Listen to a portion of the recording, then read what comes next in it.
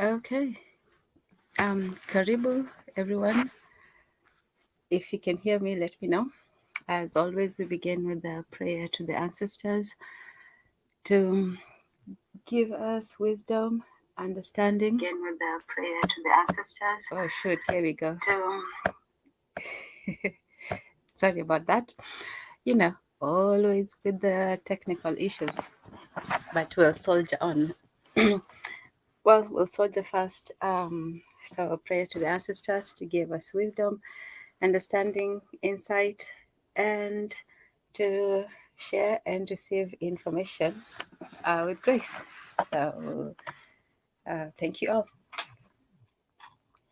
Okay, so let us begin. Okay, so first of all, today is hopefully going to be a short one. Let's pray on that as well, because it's quite late for most people over here. It might be early for some, but in the greater republic or democracy, it's late enough. So we'll get to the business. Shoot. Okay, let me see. Let me see.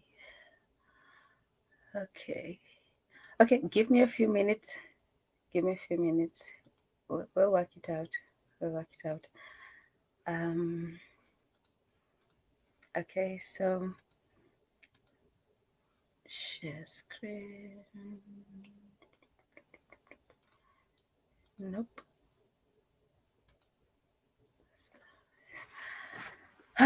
Okay. Here we go. So today, am I sharing the right one? I hope so. And let me know if you can see it. I don't know how to make it bigger though. I don't know how to zoom in. Let's see. Let me see. Okay, let me know if you can see it. Full screen, no full screen. Full screen. Okay, well, we'll just make the best of it, I suppose. So,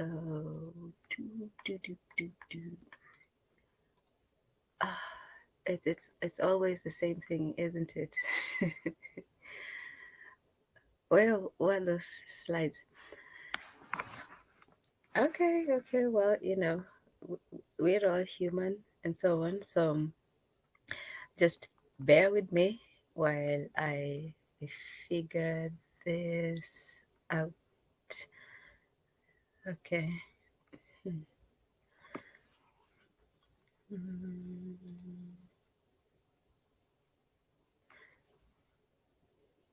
Okay. Okay, we can begin. So the first part is the inverse reality part. This is it's not deep stuff. It's just regular things to ponder. So it's written by this. The author is Thorstein Patberg. You won't remember anyway, but basically, he talks about his experience in traveling, and he is temporarily held for inquiry into into illegal activities of inverting the reality in Europe. Very, very interesting words. Let me read that again. So he is illegal activities of inverting the reality in Europe, inverting the reality. So he says, how many criminal cases of inverting reality have you heard of? We must have cracked quite a lot of fancy new imaginative crimes, given that crimes of matter had halved during the last two decades. Amani Sana, real black gentleman, thank you for joining. Let me know if you can hear me because I cannot hear myself. So it is imperative that I know I'm being heard. So Amani, at Real Black Gentleman. And thank you for joining. Thank you for joining. I know it's a strange time of the day or night, wherever you are, but we shall proceed as best as we can. So, oh, you can. Great, great, great, great, great. Okay, good. Proceed, we shall. Okay, all the insomniacs are showing up now. That's great. Yeah, yeah. Habari sana. Mzuri. So habari, the answer is mzuri. That means good. It is in focus. Yes, and before I forget, big shout out to Shoot the Breeze Saturdays at 8 p.m. Eastern. Yes, so yes, check that out on Saturdays for. Wow, okay, okay, Ezuli, yo. Okay, Ezuli, sorry for cutting into your Corey Holcomb show. I don't even know what that is, but you know. Wow, okay, okay. So, sorry for that. We'll try to make it brief so you can go back to your Holcomb show. So, yes, welcome, welcome, Izuli. Oh, okay. Now I'll have to look for it later. But okay, we'll look for Mr. Call Home later. How do you cut the nut? I don't even know what all that is, but okay. Okay, so so inverse reality. Um the nutty. What is the nutty? You know, I feel like people are speaking in codes that I am not privy to. But okay, okay, fine. Hey, hey, Juju. Wow, wow. Here I was. Here I was thinking I was going to be talking to myself in the middle of the night. So I am glad you all here and we're having this conversation. So yes. So Jojo, good to have you in the house. Yes, if you know what the natty is, let me know. Jojo, you might not either, but we'll see. We'll see. Okay, so let me get through it a little bit and then we'll go back to your very funny comments in the section. So he's talking about his experience about this man is accused of apparently inverting reality, and let us see what that entails.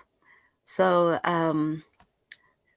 sorry, I'm looking from a different screen, so you'll just have to. Okay, so he talks about how many cases of inverting reality have you heard of? How can you even invert reality? Basically, that's what he's saying, right? So basically, I lost it. Did I lose it? Oh man, I'm glad you all were not here, but I was still, trying to figure all this out. Yes. Okay, okay. So they claim the real VATs are the new, I don't know if that word is going to be flagged, the T word, TOTERRORISTS, but a certain German regime TV show host had mocked them as reality denying powers or the real PAVs. Real VATs sounds a lot less vulgar. So the real ones are just the latest subhumans, worse than the Holocaust deniers and the anti-maskers. Our rulers seem to have focused away from persons who just thought about it to now the real offenders who wanted the exit. Let me see if that's the same screen you all are seeing. Oh, Natty Dreads. Oh, okay, okay, cool, cool, cool. Yes, yes. All right, so Natty Dreads. Yeah, hot of Guye Nollywood. Thank you for joining. And I hope we'll get fast enough so you can all come in and let me know what yes, so it's something to do with the dreads, I suppose. Natty dreads, dreadlocks, I guess. Oh, okay. I've heard of that phrase, natty dreads, but I don't know what it means. Yes, Hotep, Guye Nollywood. So the real verts are, the deniers of reality, the people who say, who basically question the reality. And so those are now the new deniers. Okay, I can't do two things at the same time. So yes, Natty Dreadlocks is a beautiful song. So let me try to get through this very quickly, and then we'll get to the Natty Dreads. And no, today we're not doing any songs. We are not doing any songs, Monatezi. Okay, so back to the deniers of reality. The real words are just just the latest subhumans, worse than the Holocaust deniers and anti-maskers.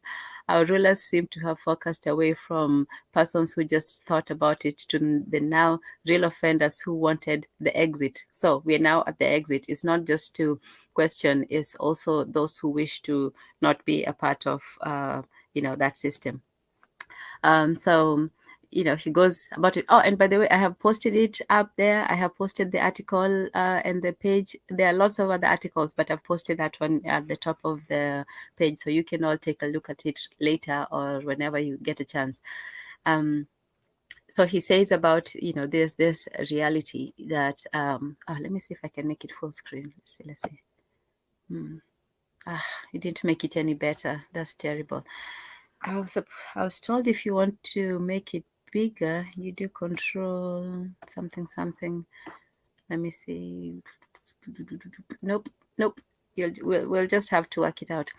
Okay, so he talks about for example, this ironic contradiction that communist East Germany was actually a democratic republic, and West Germany is not democratic but really socialist. So West Germany, which is supposed to be democratic, is socialist, but East Germany, which is supposed to be socialist, is actually democratic. So anyway, so Berlin becomes the new capital in 91, but some obscure experimental organizations still linger in Bonn. Bonn was the capital of East Germany. So does the German Ministry of Reality come on, a watchdog that sniffs out the enemies of reality? Yes, they wanted three things, and he talks about what they took from him. So he talks about reality. I simply don't see it. I don't see how the European Union is democratic. What I see is a totalitarian European Union. I don't see how we are free. I see livestock, human farming, and control existing. I see something and immediately know what it is, and I refuse to believe that what they tell me it really is. And he talks about, I guess it started from early childhood. I dislocated my ankle over a schoolyard fence and felt enormous pain for weeks. But my father said it didn't hurt. Who was I supposed to trust? My time at school was painful. They told us that Gata was such a genius, but how could that be true? I asked the teacher if Gata was taught to fifth graders. Yeah. So we were taught, and this was at the real school, that girls were our equals, and we laughed.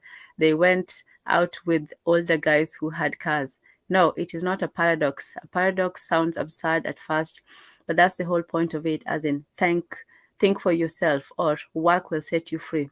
That's the paradox. And it isn't dualism either, which hatches the two out of one, a problem for a solution, nor is it a dichotomy like the opposing forms of yin and yang or ebb and flow. I'm not just juxtaposing anyone. Inverse reality is exact opposite of what is actually happening, and they're using this evil mind trickery against us. So just like harassing people with stupid news about celebrities that nobody wants to read, it causes us to feel strong emotions, inadequacy, envy, and hate. So it's taunting the people with a stand in reality that is purposely untrue. It causes us to feel strong emotions, anxiety, despair, and hopelessness. So why should our regime not fake reality? If the people were healthy, brave, and bold, they would execute the tyrants. This is illegal but not immoral. It is natural to remove an evil dynasty. In our fairy tales, in our sacred scriptures and mythologies, in every good storytelling, you have a reckoning coming for the wicked and evil, or at least have the tyrants kindly asked to commit, the S word. except in today's America and Western Europe, of course, where the tyrants have nothing to fear and rule absolute and ceremoniously torture, punish, and sacrifice their underlings anytime and in the most creative fashion. This is the main reason why the realists stress materialism and ban moral tales and religions and censor all good storytelling. For them, the people are just human material, stuff to be relocated, used, and wasted. I recall not knowing anybody in my state. Okay, so that's you can read the rest of that. Millions of realists fled Europe and have now subverted America. So Americans understand exactly what I'm talking about. Okay, look, this is the guy's words, and he's pretty, R as well. So, those are, you have to take, the terrible with the good and so on. So you have a Negro drug addict and thief like George Floyd, state elevated into a mandatory saint. You have a biological man, Rachel Levine, who you're forced to address as madam. You have a teenage girl from Swedes, Greta Thunberg, that you are coerced into believing is the world's greatest climate expert. You must repeat after the regime that the richest black woman in the United States, Oprah Winfrey, is the most oppressed. Your regime forces you to celebrate a work. Okay, this guy is just, is his so let's, take some of the arrow away. You just have to remember that these people are still very biased. When you read that stuff, you have to read it with several, spoonfuls and heapfuls of salt. So you Americans got your reality totally inverted now, just like the Europeans got our reality totally inverted before. We could no longer sabotage and brainwash foreign nations because of 2 great world wars we lost. So now we sabotage and brainwash our own populations. Inverse reality is not a coincidence, but a device of psychological warfare. Take the concept of the good German. In June 2019, a sensation-seeking German woman by the name of Carola Rackety, whatever, starred a boat with 41 male African illegals over the Mediterranean Sea and into the part of Lampedusa in Italy. Italy is not a sovereign state, but its cittadini, the peons, are under the impression that Rome has laws guarding against human trafficking. The legal case seemed dear. Fräulein Rackety would have to appear in an Italian court. The European overlords in Brussels, Strasbourg, and Berlin, however, had different ideas. They regard Italy as little more than a vassal state and of no political significance. Okay, so reality had to be subverted. There is law and there isn't. Italian courts were dismissed. Roman law was shamed internationally as inhuman and racist. Fräulein Record was awarded medals of honor. Yeah, so of course they gave her all the money and all the fame and all that. But basically, he's saying that reality is malleable. You can make reality into what you want, and people will generally, accept it. So the punishments for subverting reality is, if the rulers want hate, they will write hateful things. If they want the degeneracy, they will allow pornography and say it's not pornography. If they want racism, they will incite racism over and over again. But it is after a while, some of the subjects will go mad. They lose it. Inverse reality works like a nerve gas or the poisoning of your food or electromagnetic waves frying your brain. At some point, and with increasing probability, certain types of people, the unaccomplished, the non-achievers, the loose cannons will snap. They experience blind rage and pain. They lose all hope and thus all fear. They make it their goal and purpose to attack that false reality. They become reverts. What happens is that there is a deliberate act or action to create reality in a certain way, and for some people who reject or who resist that reality, they begin to either go against it, or they try to exit it or to leave that reality. And so what happens is that now they have the rulers promote this kind of almost a degradation of society, but at the same time they want people to think that they're promoting the opposite, the stability of society. And so you're living under these two these two very different dichotomies. So he says part 4 is the exiting. So there is punishment if you do not abide by the reality, and there's also the exiting if you try to leave it. Reality is inviolable. Persons or groups must not violate it. Upholding reality is not only an unalterable human responsibility. Those who obstruct reality need to be exited. So when you try to exit, you might be exited. So this may or may not impede. So that's his personal problems. Okay, so that's the first part, is the changing, or the reality is basically the truth that we all agree on. If we all agree that the sky is blue, then the sky is blue. If we all agree that people live in a democratic state, then it's democratic. If we agree that water is good for you, then that's what it is. So reality is what we create, including what we consume. So oh, let me, because today is going to be a conversation. So we can, if someone wants to come on up, we can have a conversation about that. So the aspect of reality is what we're looking at. What is it that we can all agree on when it comes to how we're living, what is good and moral. And he also talks about why, instead of the old ways of looking at reality, which involves storytelling, which involves relating to each other, now it's all in front of a screen, or it's in terms of official announcements. Eh, yes. So now to the terms of breeding. This is the second aspect of this menticide, which is really, the destruction of the brain. So you can have the washing of it, but you can also just destroy the brain if you have no use for human intellect, or that human, what they call the resource, which is also very dehumanizing, to call people resources. But it's like we're those metals in the earth. But anyway, so the second aspect of menticide manual is this terms of breeding. And let me, it's hard to read over there, but let me see if we can see. So this involves the biological engineering of society. When we talked about the first one, that was the abstraction of the construction of one's reality, of your mind. But it's not just your mind, it's also your body. Your body can also be manipulated into certain into certain actions.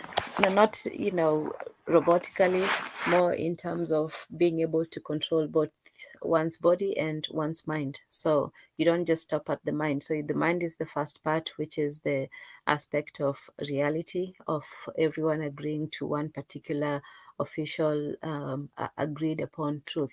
So that's the aspect of engineering reality. The second aspect of it is leaving nothing to chance. You also have to to make sure that the biology also follows the intellectual goals. So the second aspect of that is breeding, and the terms of breeding, how they try to get certain desired characteristics. Yes. So he starts with saying that breeding here refers to producing humans with desired characteristics. Selective breeding has been going on since we saw. Oh, I can't really see that one. If you have any reason to believe that you are not bred for desired characteristics, then most likely you are, well, a child of burden. Okay, that was pretty harsh, but okay. I know it hurts, but after this chapter, you'll have more clarity. So let's hope we do. It's only 3 articles, so this is the second one. Okay, the first one is, and let me let you know ahead of time that there's going to be um, some bias, prejudice, bigotry, all of that stuff. This is written by a German about Europe. European practices. Anyway, unnatural degeneracy biopolitics. In 2009, a wicked man from the Christian Democratic Union became the German Federal Minister of Defense. His name was Baron Dr. Karl Theodor Maria Nikolaus Jacob Johann Jacob Felix Franz Joseph Josef Sylvester Balfrechner von Unter Gutenberg. Oof, okay.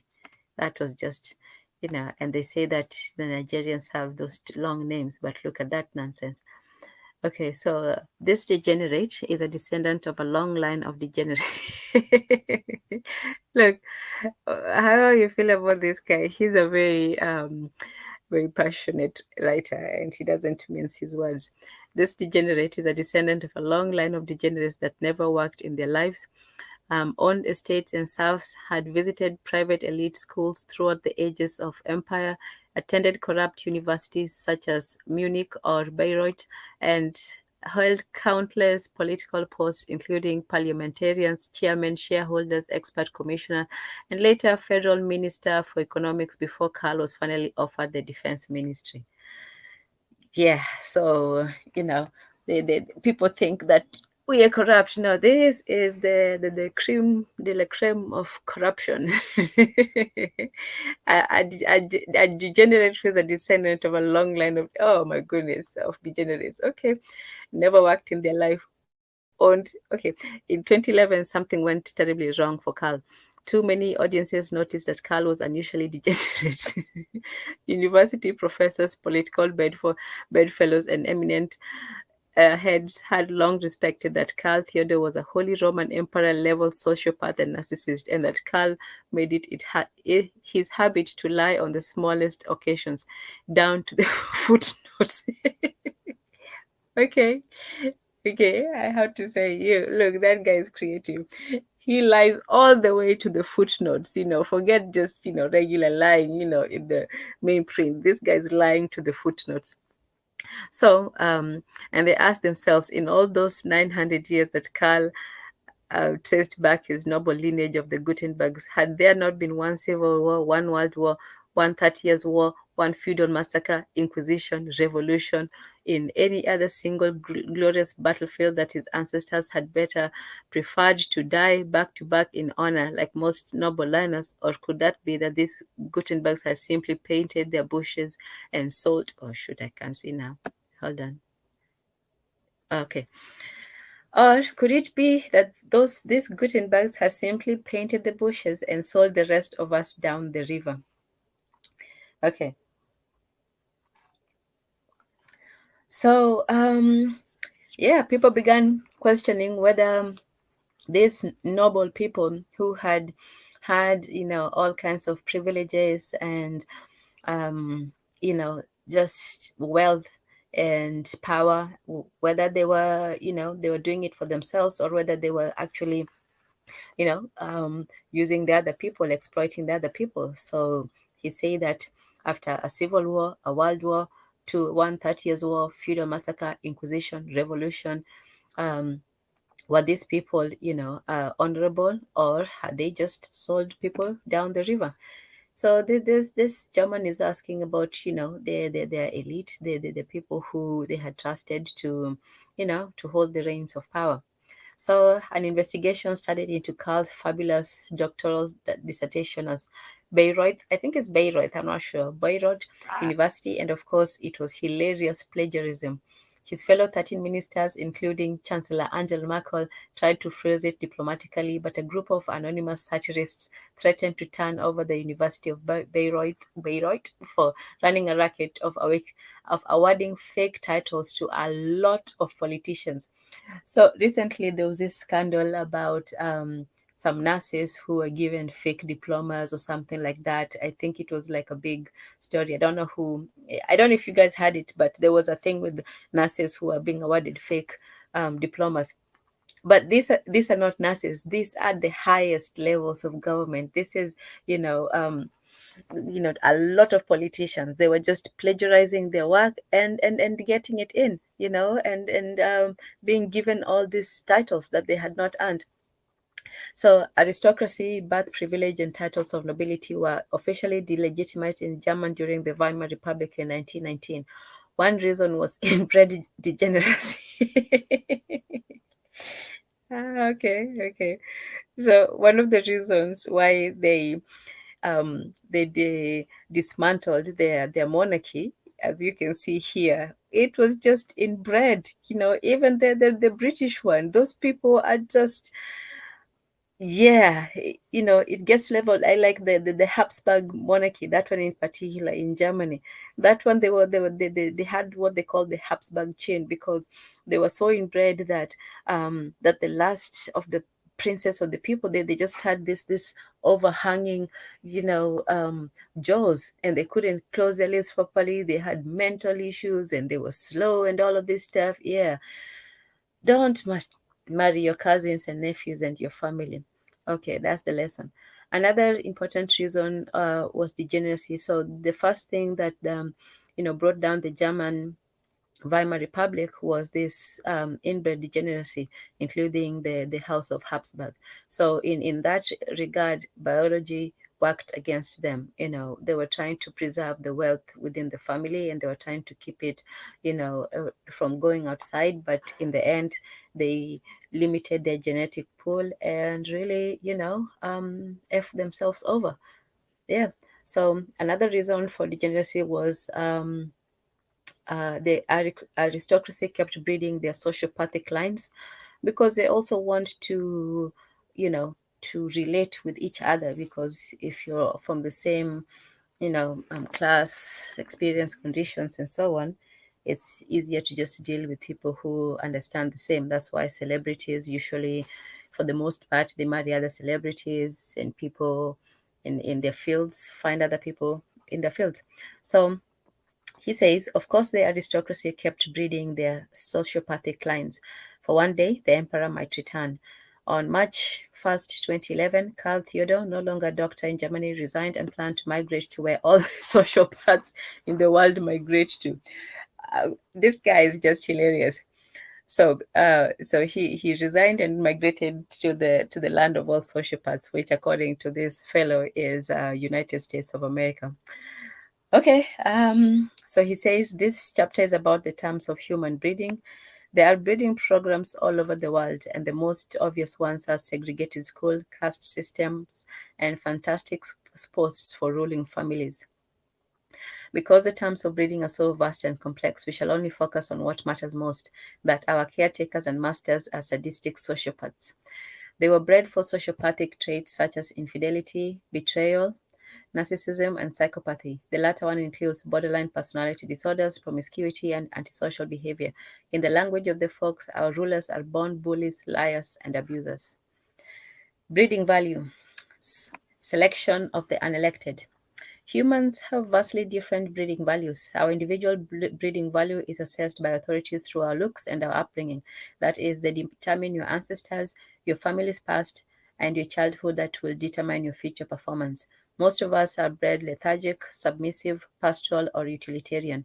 We are indifferent, addictive, and own nothing. However, a large subsection is bred exceptionally retarded, violent, and very criminal. Why? Okay. Izuli, you know what? Okay, I'll pause there and just greet everybody. Amani, shoot.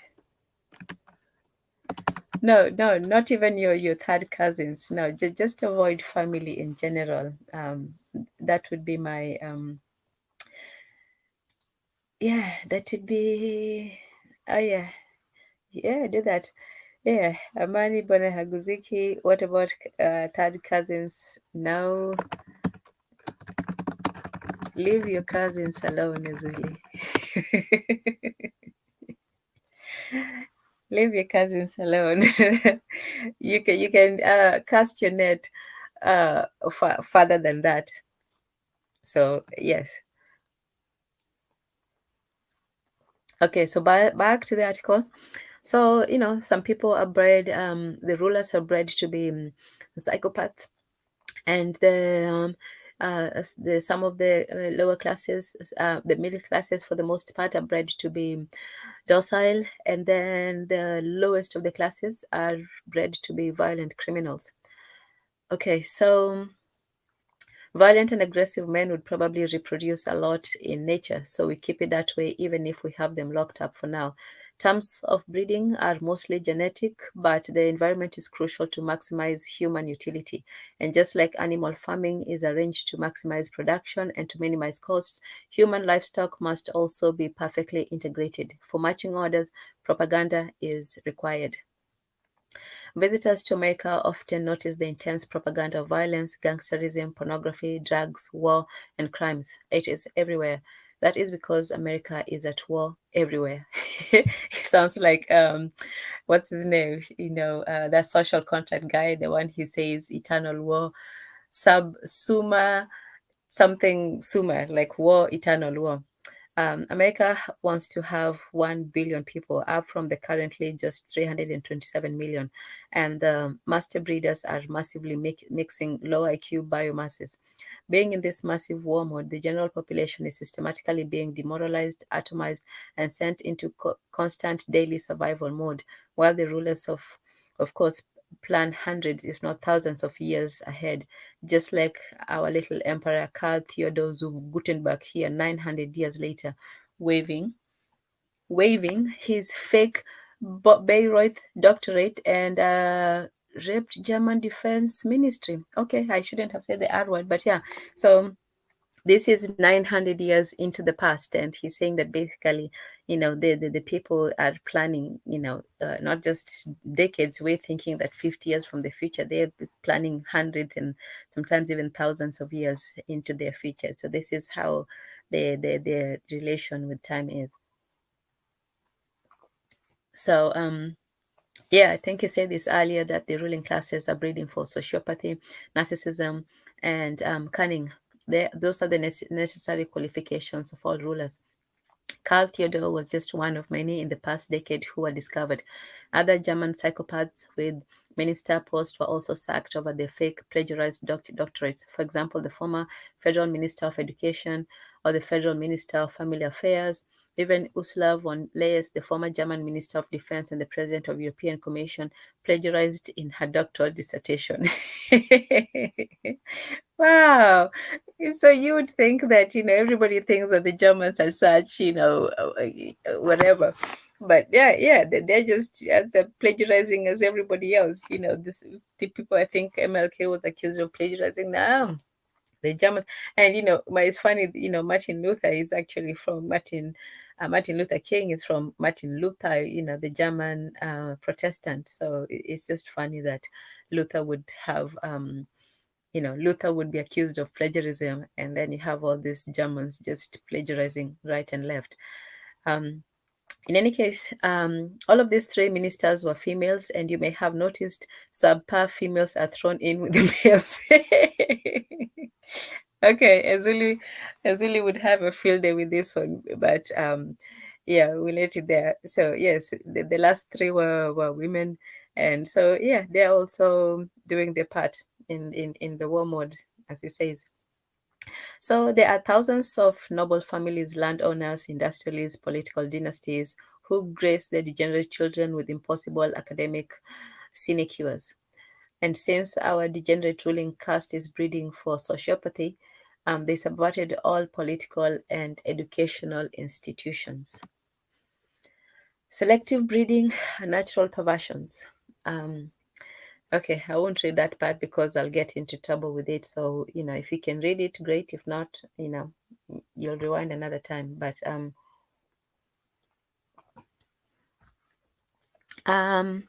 advanced civilizations all over the world engage in human breeding, balanced breeding here for maximal diversity, linear and biased breeding for genuses and superior bloodlines, but also more sinister programs of breeding such as the miscreation of subpar humans, outbreeding undesirable groups, or mixing and creating new groups such as monosex populations. Yeah, or now the transformer people. who are incredibly cheap and disposable. His words, not mine. A lot has been tried and done. We recall the Potsdam giants of 1888, not really giants by today's measures, but a battalion of 6 foot 3 inches tall Prussian grenadiers. They are dwarfed, of course, by the 500 years of 2019 American Basketball Association, Negroes with an average height of 6 feet and 5 inches. The Swedish and Norwegian kingdoms, including Iceland, also have a long tradition of pairing huge men with large women, producing the incredible sight of the Nordic strongmen. Yes, so he's basically talking about deliberate breeding for certain characteristics. And he talks about the Potsdam Giants. This were a Roman battalion. No, not Roman. Potsdam 1688. Yeah, that was way past the Romans. 1688. So I think they were, if then it would have been the Holy Roman Empire, but they were not really. They were about 6 feet 3 inches tall, but definitely above 6 feet. So the emperor, the German emperor, went about collecting all the tall people and put them in his regiment and fed them and basically just made them, like his own special, convoy or security. So they were, they were the giants, but he also said that, you know, nowadays that has been dwarfed by the NBA, which obviously is, he says the average height is 6'5". I thought it was, more than that, but also in Sweden and Norway, they have had a deliberate, what they call, what one would call, positive eugenics, where you breed for certain traits. So they pair, like big men with big women. And so the product is going to be, a combination of the two. Yeah, so the pattern towards excellence is evident. You pair excellent parents. So you put two people who have, desirable traits, and you pair them together. The world's best piano player, Lang Lang, has musician parents. The world's best chess player, Magnus Carlsen, has a chess playing fanatic father.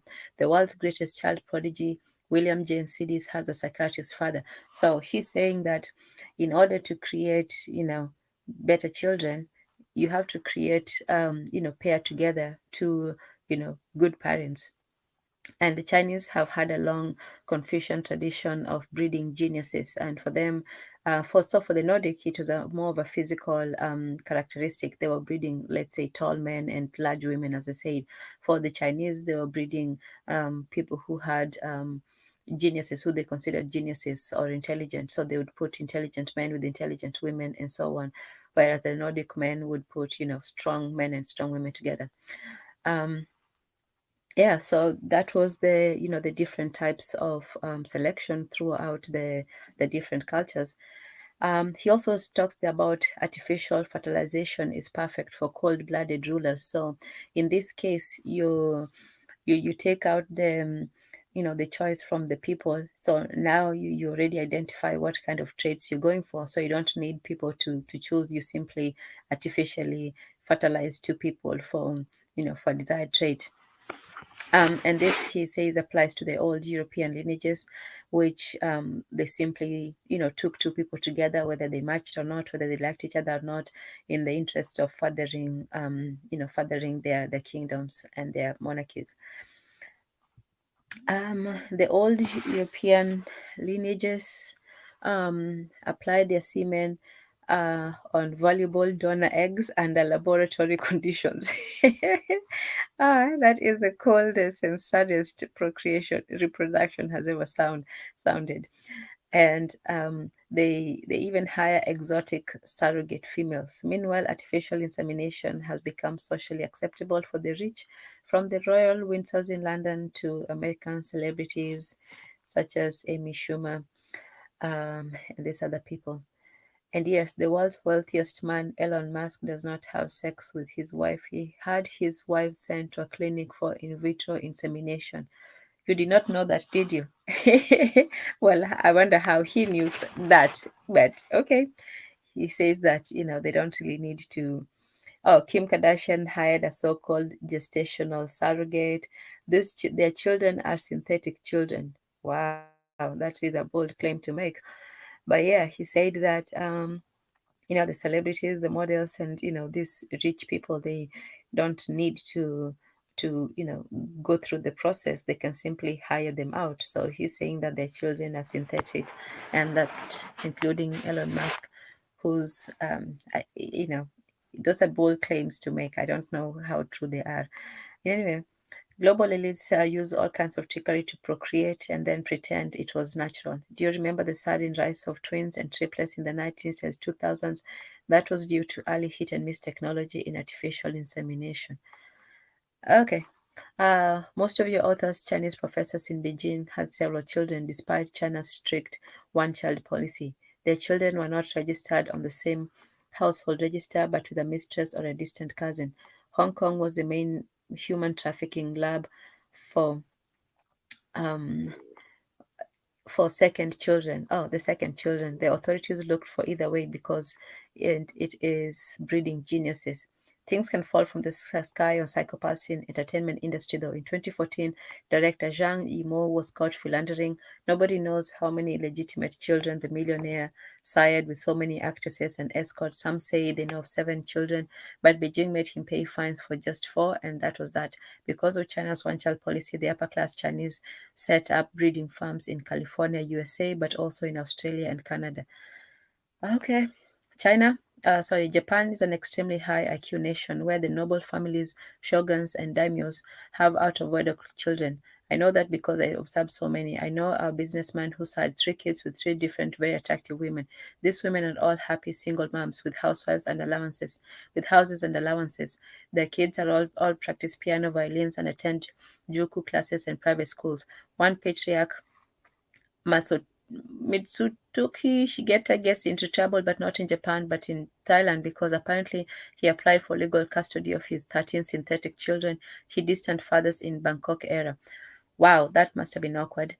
All groups want to improve themselves, but not all are able to. The general population may accidentally produce rare mutations. This is true. So even average parents may produce excellent children by chance or by error.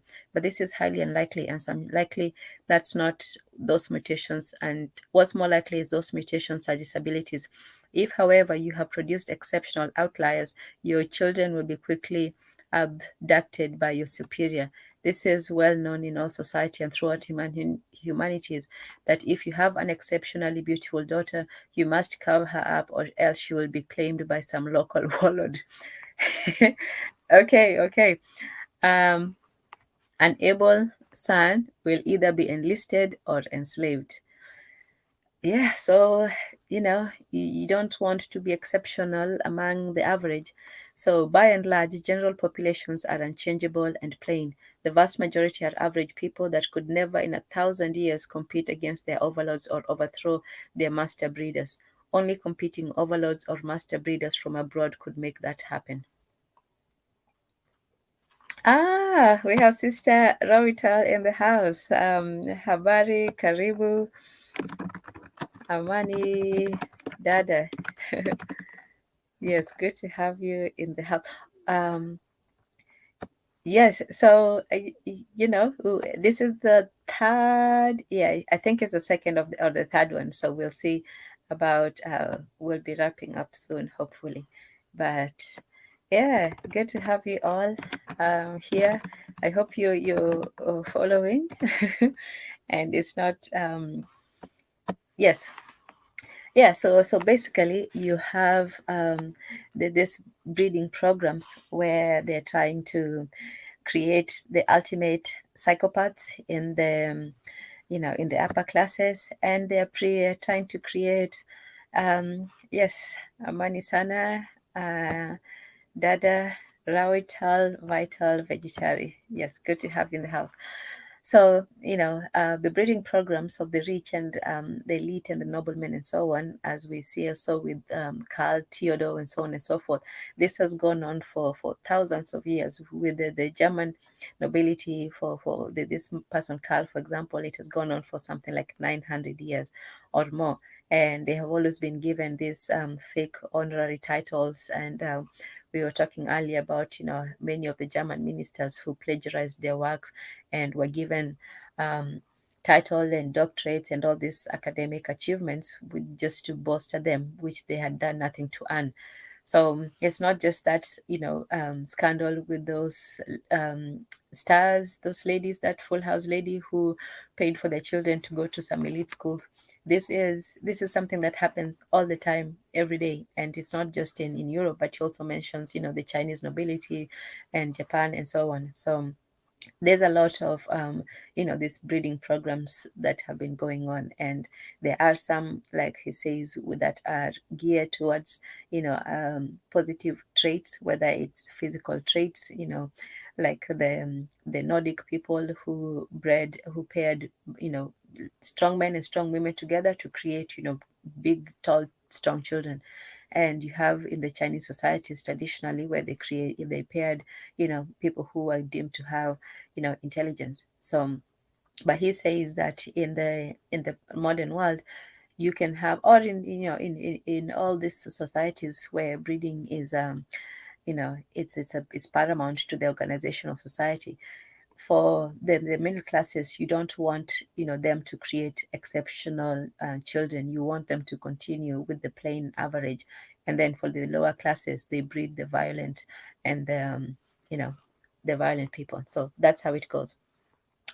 So social zoology, this means rules for thee but not for me. That's what it usually says, rules for thee but not for me.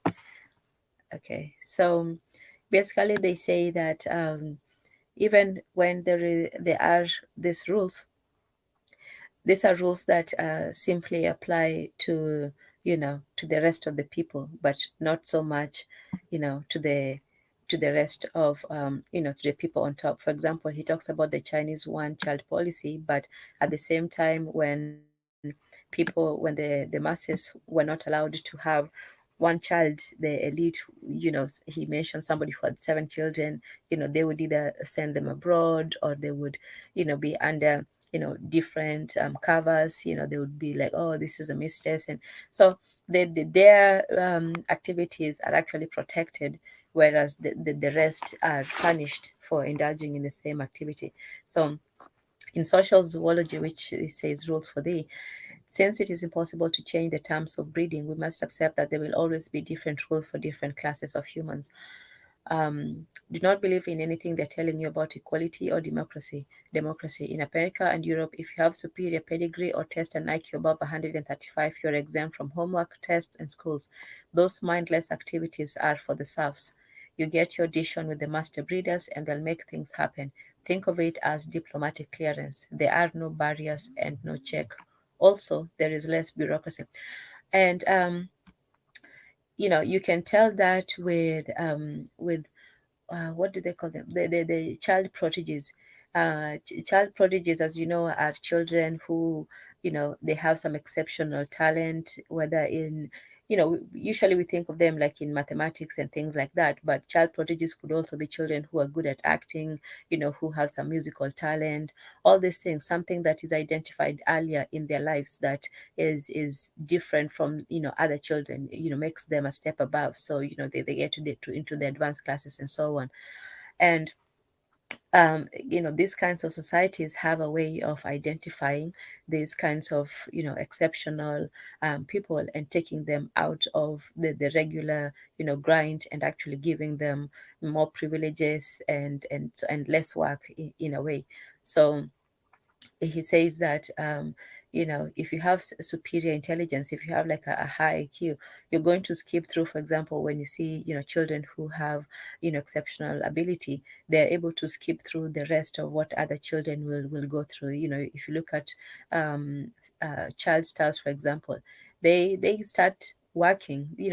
Yes, they're entertaining people, they're doing all this stuff, but in reality they are working. They're doing something that children their age probably wouldn't be doing. They don't have time to really go on and live a normal life. Yeah, they can try to make them, give them a semblance of normality. But at the end of the day, somebody like Gary Cole or Steve Urkel and all these people, they're not going to have the same idea or experience of childhood as average children. So they are fast forwarded through life, and they get ahead of other children, but it's usually at at a very great price. Then the other aspect of that is bureaucracy. If a university or school wants you, they will fabricate a reason. So, this is how universities also do it. If you're good at sports, for example, you're exceptionally good at sports, yeah, you'll find your way, your way cleared from, like Kobe, I think he went from high school to the NBA, but not always, but you'll certainly get, fast forwarded or accelerated through life.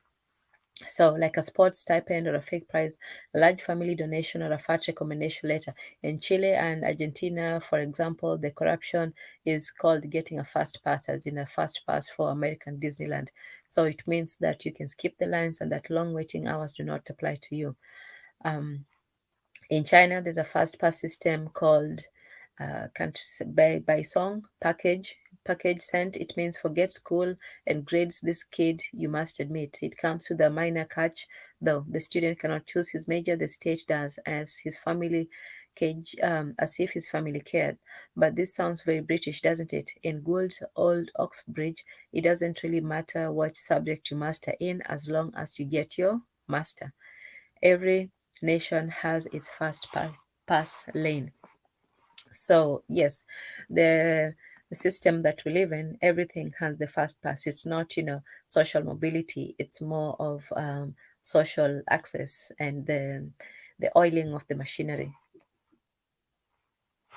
Um, so after centuries of selection, most breeders encounter severe defects and inadequacies in their stock. Of forces of darkness in one old German castle town's youth hostel, the masters stopwatched as candidates recite pointless word lists and tested as for recreation time and a natural pathology and thought crime. In a Chinese university, they passed around a tape measure and measured our head circumference because, for some reasons, the master believed that head size mattered. I remember we talked about this in one of the um, one of the discussions we had about head size and IQ and all this. So anyway, they used to test people and measure the head sizes as if that had something to do with the intelligence. But yeah, so at 24 and something inches, it means that your cups were custom made. And who could forget such an examination? If you stroll through campus, you never seen so many large heads in one place. They look like aliens. can't be made can't be made and seen. This is a result of excessive overbreeding. Yeah, so overbreeding actually results on larger heads, not smaller. Same at Harvard University. Have you ever seen the head sizes of Ted Kennedy or Noam Chomsky?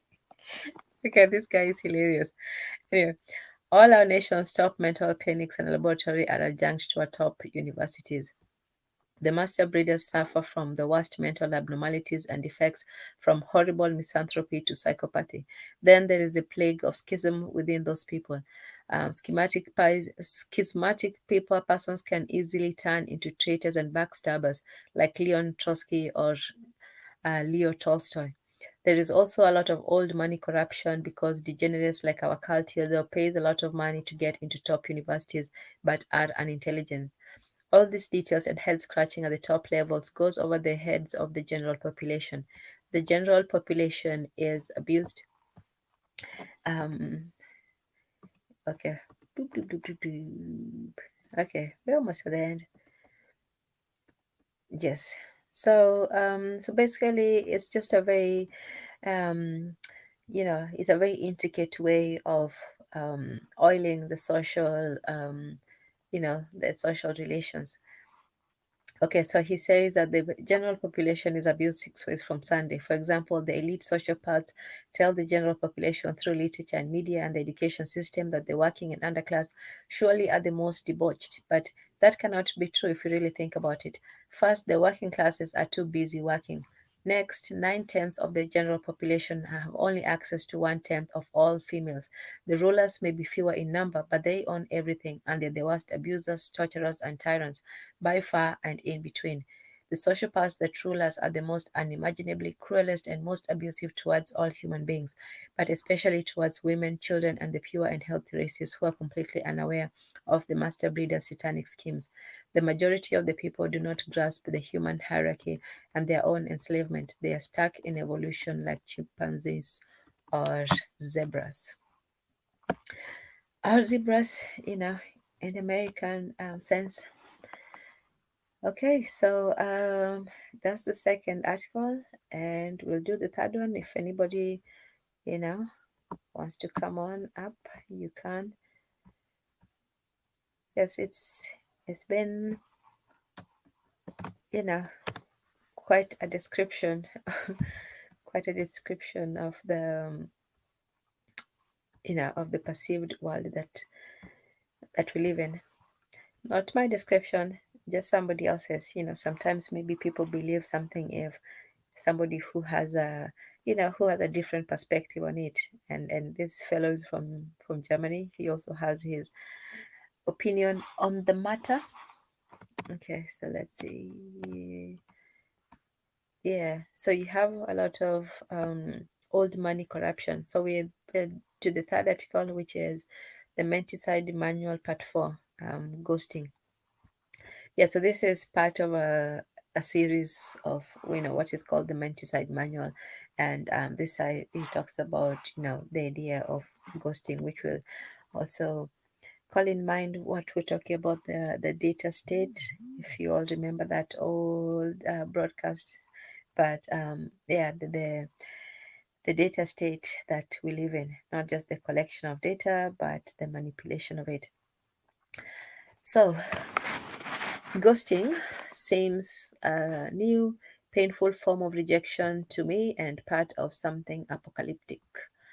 Let me read it from a different screen.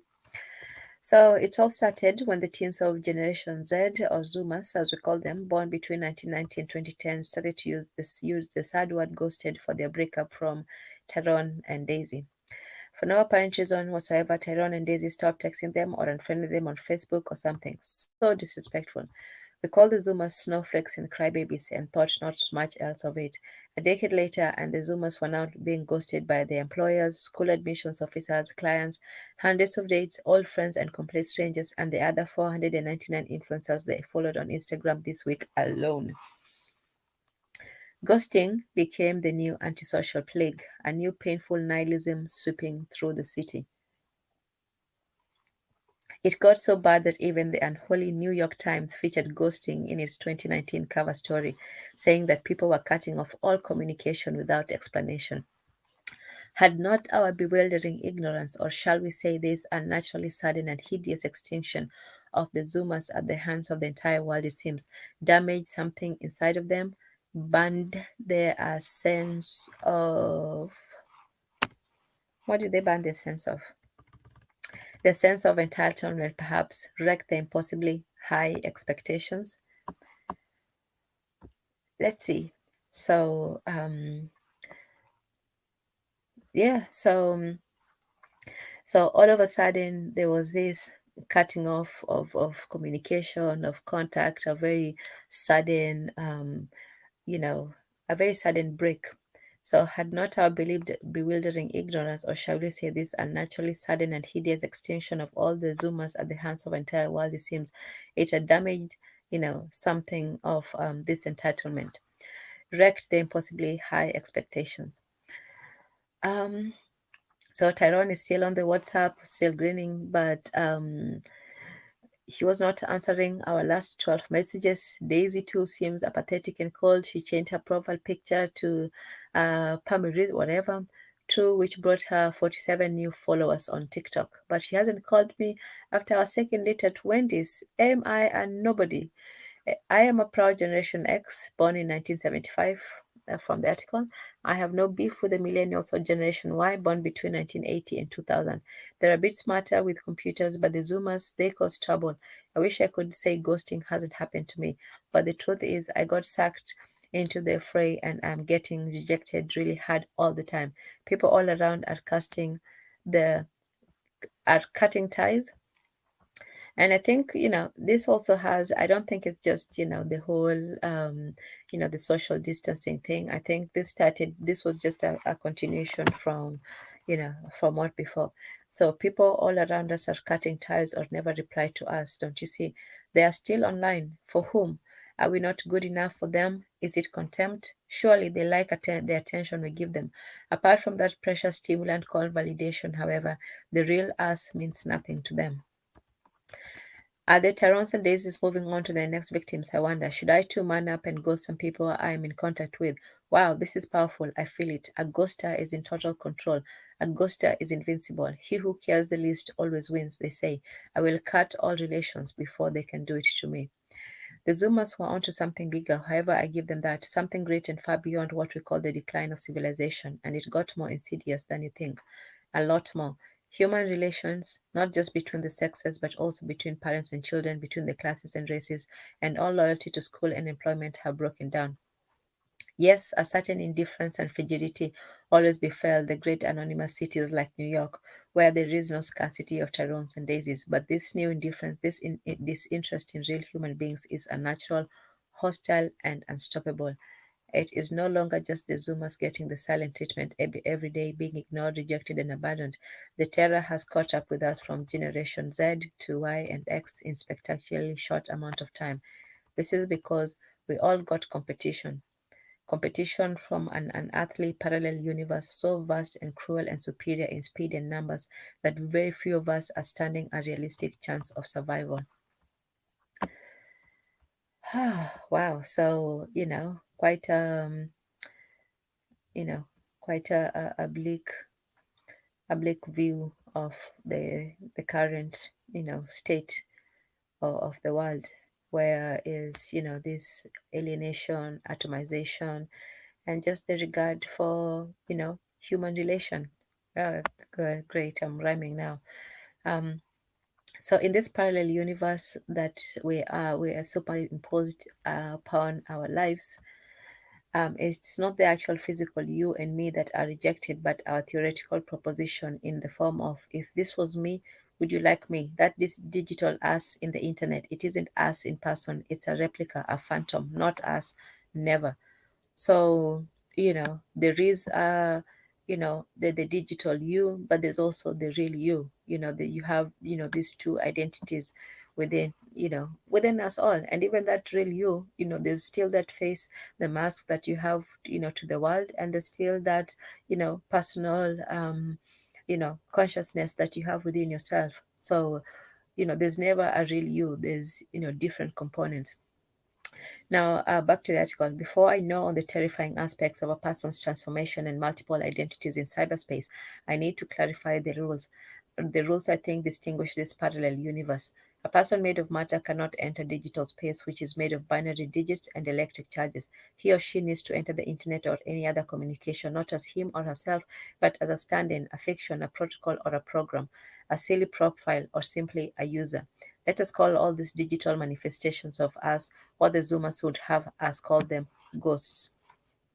So these ghosts are, these digital identities online that are represented by, real human beings out in the world.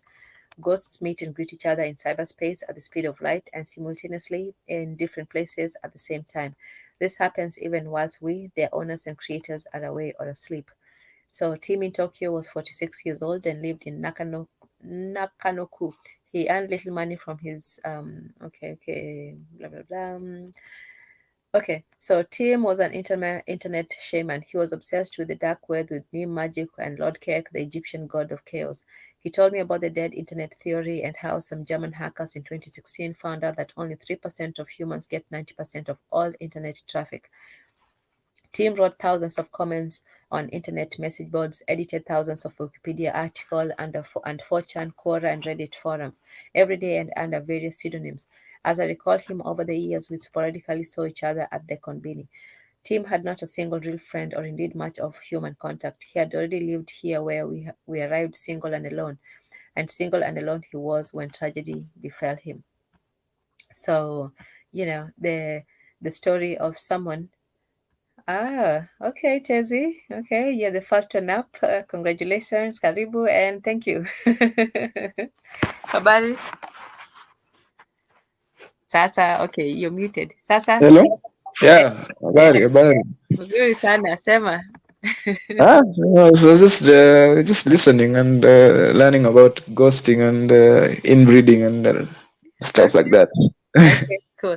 I'm about to be done. I think that we have like two more pages and then we'll be done. And yeah, we can get to talking about it. But yeah, so basically he starts by saying that so we started with what did we start with? We started biological. Oh, the mental, the mental aspect of of reality, of controlling the imagination or having one official reality. So he was talking about the subversions of the saboteurs of reality, those who either questioned it or those who wanted to exit it. And he was basically saying that you cannot exit the reality, you have to always affirm it. And then the second aspect of it was the biological determination, where you are breeding your population for certain characteristics, whether it's physical, whether it's mental, whether it's social, whatever it is. The states have they have an interest in in doing those kinds of programs, and they have done that before, to different extents. And it also involves propaganda and certain other aspects.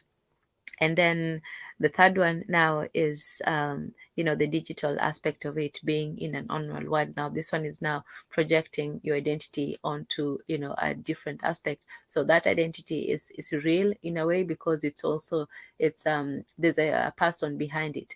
And he's going to say that there is a person behind it, but increasingly there's not going to be people behind us. So we have human ghosts, the people who they are human, but they can still create these profiles, they can still create the identities online. Those identities are still they're still based on real people.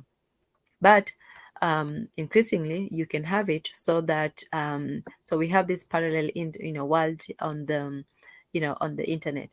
And so he talks about this person called Tim. He's an internet shaman. Basically, he's somebody who's he's like an expert on the internet. He's very well ingrained into certain aspects of the internet, especially the meme culture, the dark web, the Lord Cake. This was a. Did you hear about Lord Cake? This was like a big meme that was associated with. I can't remember all the different variations of it, but it was with Trump and something with a frog and Pepe the Frog or whoever. Anyway, so he talks about this person, this internet shaman. He talks about the dead internet theory, and about how German hackers had gotten only 3%. So he's one of those internet conspiracy people. And so what was his end? Yes. So let's see.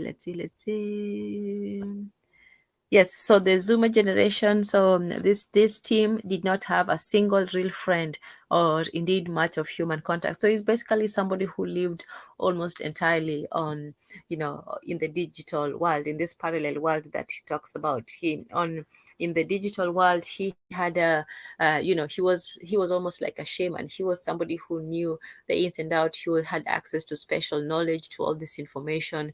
But in the real world, he was almost like a ghost in the real world, and a fully almost like a fully realized presence in the online one. um, but he says that's a digression. The Zoomer generation in particular, but also the millennials before them, created a billion avatars, profiles, or whatever go to digital incarnations, and the more the better. I recall that before China required passports and phone numbers in 2012, each of us had 10, 12, or even 100 different email addresses and anonymous identities. Primitive ghost farms first emerged in China. These farms mimic human activities with computers. So before, we have human beings who can create, multiple identities, but now you have just these machine ghosts which can actually create several different profiles online, and who can actually create the human consciousness without a human being behind it. These farms, like the human breeding farms, but now they are digital farms. They mimic human activities with computers. Up to 1,000 cell phones are strapped to wireframes against the wall like bird cages, dialing and creating paid for traffic for websites, writing fake Amazon reviews, or artificially boosting the next Korean pop idol. We can duplicate and reduplicate artificial users and make these ghosts mine digital coins, build cities and infrastructures, explore infinite artificial worlds, and migrate anywhere. These ghosts roam the planetary web, and mind you, this was before the G5 technology, which basically opened Pandora's box of all electric devices in the world talking to each other. Physical distance or absence are no obstruction for ghost meetings. This happens, for example, when your latest mobile app, say Instagram, asks you to link to your Facebook account. It's a ghost OG. Anyway, so he's basically talking about, how small the world has become, um, and how all these different formats have basically merged together, so you can have just things running in the background, and you can have all this your machines basically talking to each other. I think there was an old program where the toaster was talking to the fridge, was talking to this. So the human aspect of it has almost been sidelined. Now we can have ghost watchers and ghost this and so on, which don't require human beings. um, and you can interrupt anytime, you're more than welcome to. So in normal human society, time and distance limit us. That makes relationships divisive and divine and important. We must cherish them. In the cyber world, however, time and distance are irrelevant and human relationships are inapplicable. These are ghosts in the shell, machine spirits, artificial intelligence, and soulless bots. Oh, I just forgot to read earlier. This goes roam the planetary web, and mind, yes, physical distance or absence are no obstruction for ghost meetings. This happens, for example, when all your devices are connected. 2,000 years of unsolicited love letters rejected. That's the very definition of madness. Send 2 billion more spam emails as the New York Times does. That's the machine spirit. When a postmodern company was hiring in the 80s, it would get 5 paper applications from local dudes. So management accepted one and typed 4 rejection letters. And this is changing. So basically, a few people would apply for, a certain job, and 5 would apply and 4 would reject it. Naturally, when tech companies like Google in '98 used the latest technology emails, they assumed at first that nothing had changed, that they still got the application from real life dudes. So they tried to continue the time honored and respectful tradition of sending out rejection letters. Only in 2000, there were not 4 but 40 rejection letters. And by 2010, 10 years later, there were 100,000 rejection letters. And by 2020, there were over 3 million rejection letters annually. You know what? F that letter, you're rejected by default. So now, even if you are really agreeable and interesting dude, companies really give a flying monkey. They are far more interested in the numbers that you've created. In fact, more humans are superfluous and irrelevant and replaceable any moment. We already got that lesson from, but ghosts are just perfect. Ghosts boost performance and enhance our company's desirability. The study of ghosts has now absolute priority at our most prestigious institutions of technology, such as MIT and Cambridge, Massachusetts. This is because ghosts are weaving value out of nothing, which we aptly call crypto. It literally means hidden stuff. That wasn't all. CEOs keep talking about it in the World Economic Forum in Switzerland. Hold on, let me see if we're still on. So the study of ghosts is still being studied by an MIT, and if you know MIT, it's one of the most prominent universities, mathematics STEM universities. Oh, yes, real black gentleman. Yes, no problem. Yeah, we all are. Believe me, we're all learning. Yeah, and everybody has a different interpretation or a different take on it, on the subject. So yeah, this was more just an informational discussion and all that. You can take what you want from it, and just you know to embrace some of those concepts. Not all. You still, you have to still be critical, but it's just a way to look at information, to look at society and so on. So ghost literally means hidden stuff.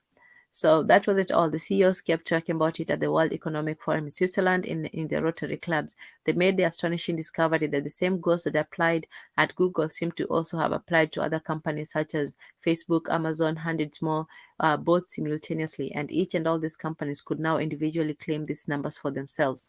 So it's like, that reality that was being created, we started earlier with the creation of reality. So that formal reality that is in the media, in propaganda, in what, and not just in media, because media is just, it's just one mirror, but also in the agreed upon tenets of society. So if we all agreed, for example, just something just as neutral as, oh, the sky is blue, that is one of our reality. If we have reality, we have agreed that freedom is good, or that whatever it is that we have agreed upon on society, that is going to be our reality. So in the first instant, he was saying that the states have seen the power of, not just letting reality be, but also, manipulating and creating it in their own desires.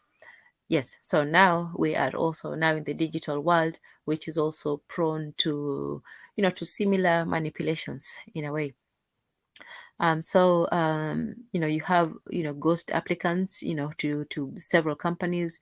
You have, and now you have ghosts that are listening to more music than there are listeners on this planet.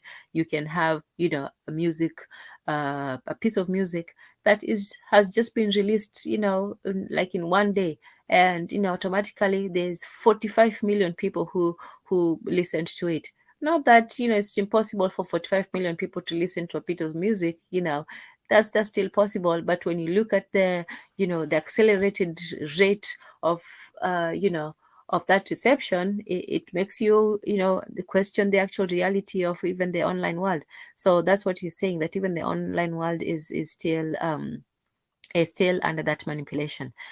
And basically he's saying that there's more videos that are watched by ghosts than are watched by living watchers. And Western politics will collapse. One, that's, as I said, this is someone's opinion. It's not mine. That is a mathematical certainty. See, democracy in ancient Greek to computer. Every man gets exactly one vote. That makes no sense to power grids and electricity. In true and reality, ghosts get hundreds of thousands of good votes each and every second. So he says even in politics you have all these ghost numbers, just filler numbers.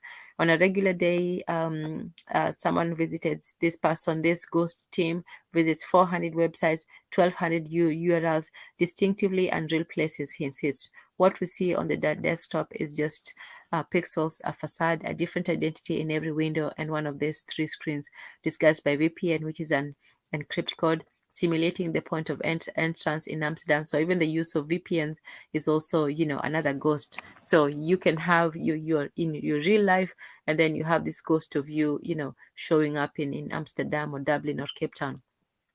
So without realizing it, we all visit 10 times that many URLs involuntarily because of the many Trojan horses, backdoor and spy software by hackers and governments through subversive tracking or our redirection of software. So we only know, maybe 10% of our internet traffic.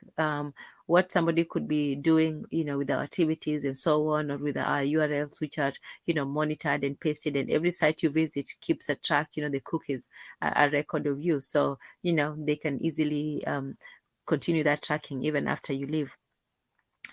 So Tim owned nothing, was untidy, rarely left his tiny apartment except to get cans of fruity beer from a nearby 7-Eleven convenience store. Yet in reality, he was a king or whatever. Tim's ghosts multiplied and exist in 1,000 forms and different locations at the same time. And yet, even though Tokyo Tim hated New York a few times, the company spammed him with ads and mails to his various accounts and email boxes no less than 11,000 times.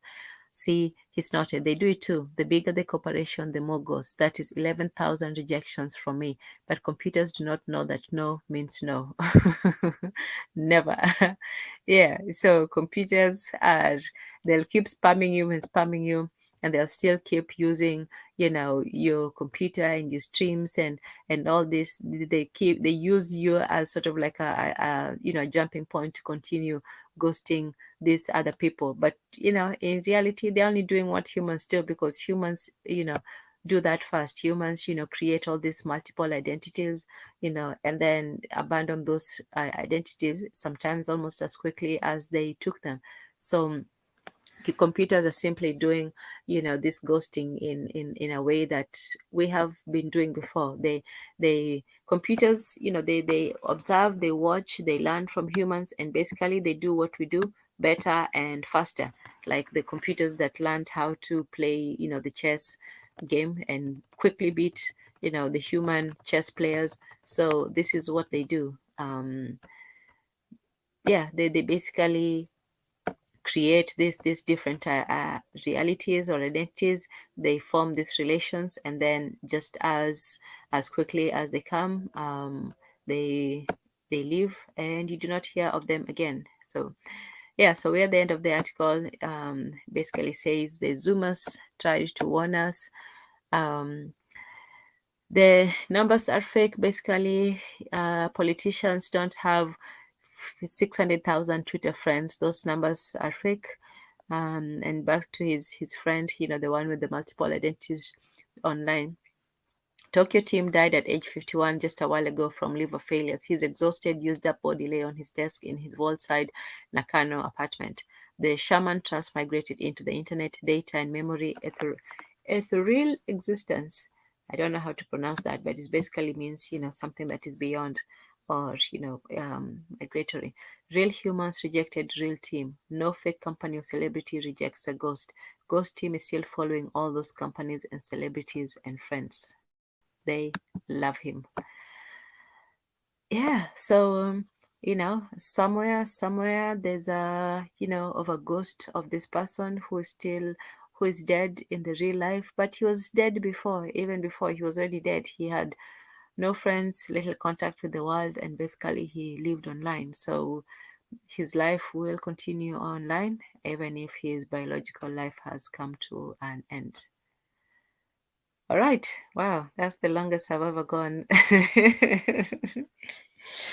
in one session. Okay, Mundetezi. Thoughts, ideas, questions. Go ahead. Real Yeah, busy. it's a lot of complex stuff. I've just been listening about the ghosts, and I don't understand why. I don't know. So is the point of the book that computers are bad? Because Ah, if see, this is a difficulty. It's not always just one simple. Somebody writes 1,000 words and then you boil it down to three. No, that's not what he's saying at all. We went through three different aspects of reality. The first one is denying the reality of the official reality of the world, whether in terms of history, the present, the future, all of that. The second is the biological engineering of reality, where it's not just your mind being engineered, it's also, the body. And this can be done, organically through society, choosing partners of a certain, to breed certain characteristics, like we talked about the Nordic people breeding for physical structure, or, the Chinese breeding for intellectual prowess. So that's one of the aspects. And then the third one was the idea of the digital reality, where in that reality, it's easier to to create that reality, because in the first reality, the reality, I would say, of the objective reality, that's the life out there, history, the present, current news, or agreed upon precepts that we all live by. Those are that's the objective reality, the reality that is outside of you, the culture, society, and all this. And then the genetic reality is, that one is more in the past. So the first one, the objective reality, looks more to the present and the future, but the genetic looks more to the past, whereas they create. And that's what he was talking about, the dangers of the incest based realities of the upper classes of Europe, because for them, they were looking to tradition as their guide. And so they had this traditional breeding where they limited their genetic pool, because they wanted to keep, to keep influence the power, the wealth within the families. But this created this biological tragedy, and which created this incest babies, these deformed creatures. And so the American society, where he says, is a creation of sociopaths, the American society went the other way with eugenics. So for them, eugenics was not so much about creating, the super, human, the superhuman. It was about reading the subhumans. So in America, for them, it was more of getting rid of the less desirable and keeping the ones who are above. They still did that, keeping the bloodlines and so on, but they allowed more genetic diversity and more, getting rid of the undesirables. And then the third one is, the digital aspect, where, instead of humans flooding the internet with their various identity, the the artificial, the artificial ghosts now flood the internet with their version of reality. So in a way, humans would create the internet, but now the internet, especially the numbers, are being created by, this other intelligence. So yeah, that was a basic that would be my basic summary of what he's saying, but obviously you can have a different take on it.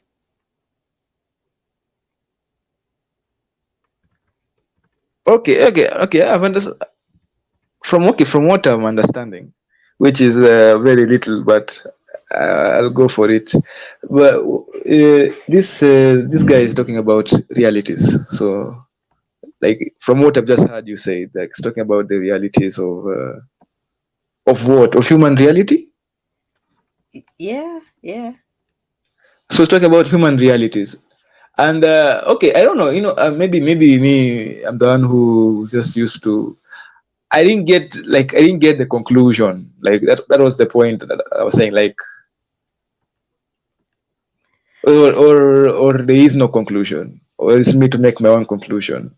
Well, his conclusion was basically that the reality is being manufactured, and it's being manufactured on various levels, and that for the people who wish to see reality in their own way, there is a, it's being almost like mentally criminalized for you to even question the idea of one reality, of the one truth.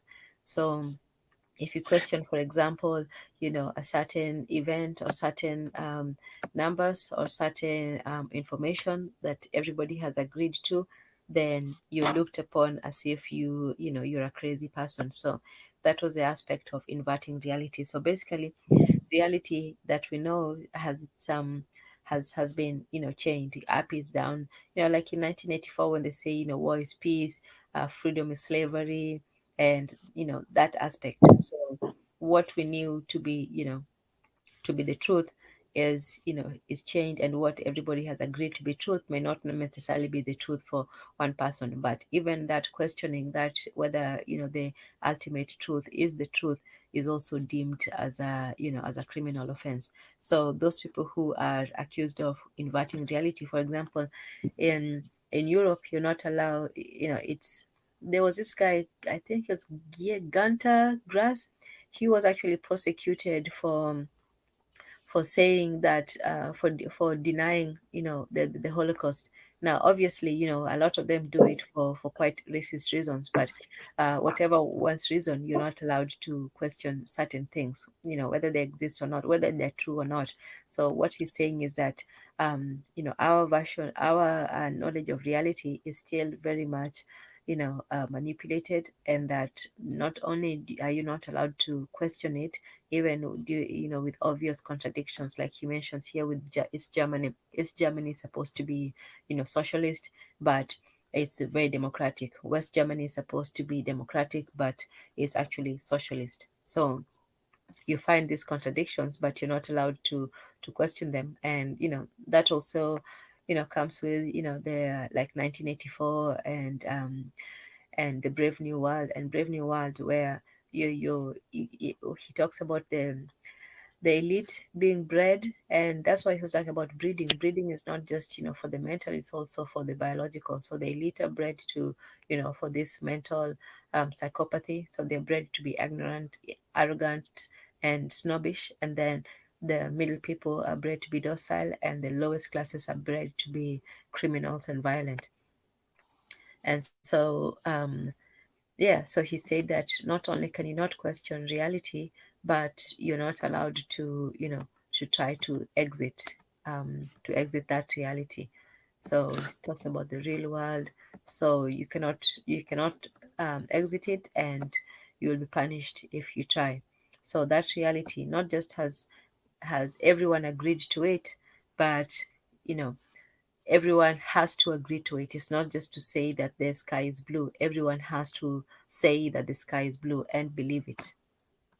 Yes. Oh yeah, but but this isn't unique to like this type of era. This has always been the case with maybe human society. Or okay, that's my from my observation. Even just go to, I have been having conflicts with the church here in Kenya, and I realized that questioning reality anywhere is just is always it's always you always get pushback. Actually, this is something that I just read about like yesterday, Jana, Mm-hmm. about people. It's actually classified as mental disturbance by the Stoics. Like they say that if your opinion and beliefs lead to, okay, this might not even be related though. So let me not even just go. But in the end of the day, I feel like the this thing about reality is just common within the world. I feel like all all societies tend to tend to what is it? What's the word? Tend to stick to their reality and enforce the reality that is. Especially societies that have a ruling class or a hierarchy or like that type society. Obviously, the ruling class will want to the masses to have a specific narrative or to have a specific reality. Even you can see it with the even you can see it with the UK, the royal family in the UK trying to push the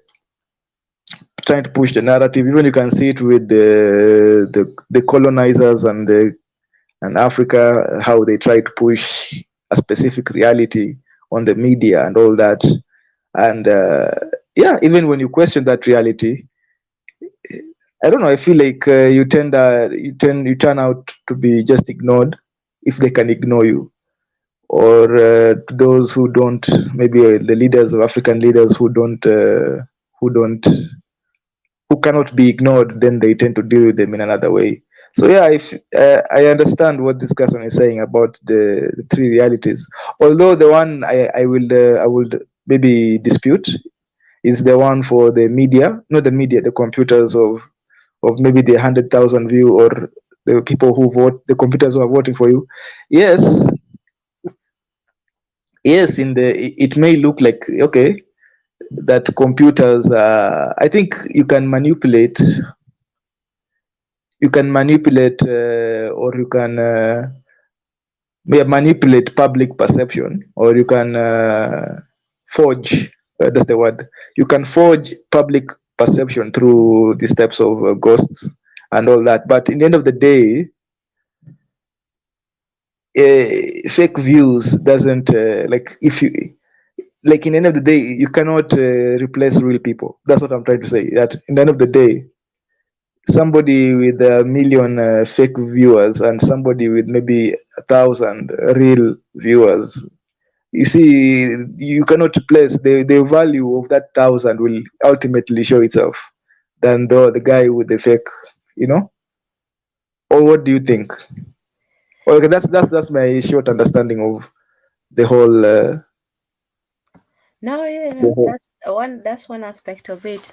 Of exaggerating maybe the popularity of one thing or another. But it's not just that. Is you say that they cannot replace humans. Actually, no. What is being done is that humans are being replaced, on the internet. That the numbers of actual humans, like I said before, they started with the humans proliferating their identities online. So, every human had maybe, let's just say, 100 identities. So people had, their social medias or the different emails and all this stuff.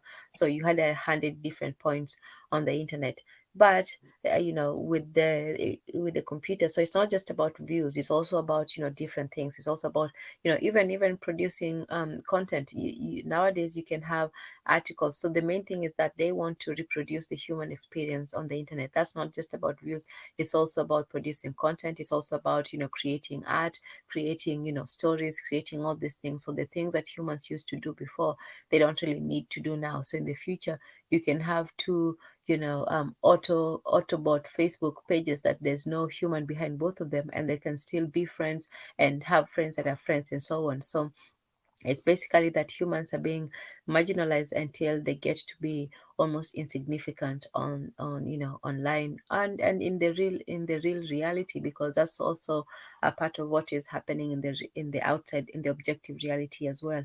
So that the real human emotions, and that's why he talks about even the ideas of stories. I think that was earlier, of stories and morals, and these values that used to guide human beings. Those are also removed and replaced, because those do not serve that function for society. That creates a contrasting reality to the ideology of the state. So the ways that humans used to relate with each other, whether by physical contact, by being in the same room, by talking to each other, by sharing stories and all that, everything has been pretty much, almost digitized until, you don't need time and space. You don't need to be in the same room, and you don't need to be in the same time with somebody, to transmit information. So the digital aspect, it has removed, both time and space. Sometimes there's time, especially like now we're having a live session, but increasingly even that time will be it will be digitized, so you wouldn't need to be.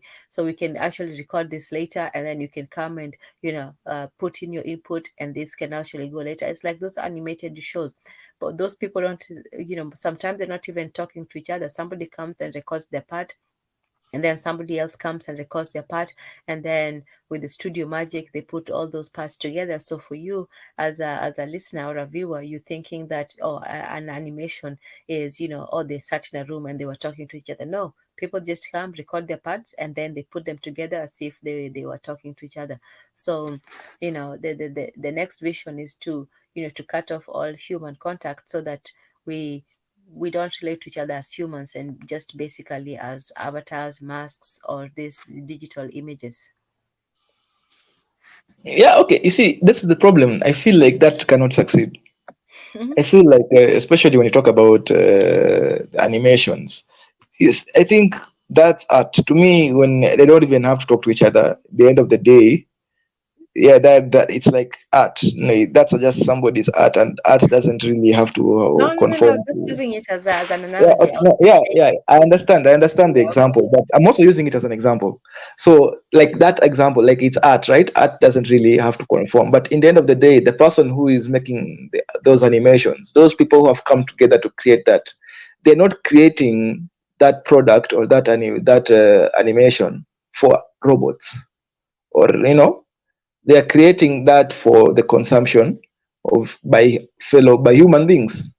So, in the end of the day, the human being is the ultimate consumer. Nobody is going to be making content for robots. Nobody is going to be making content for ghosts. It doesn't. It's not even going to motivate anything. That's what I'm But trying to say. That what if it's the robots who are making content for us? What if the robots are the ones who are creating art?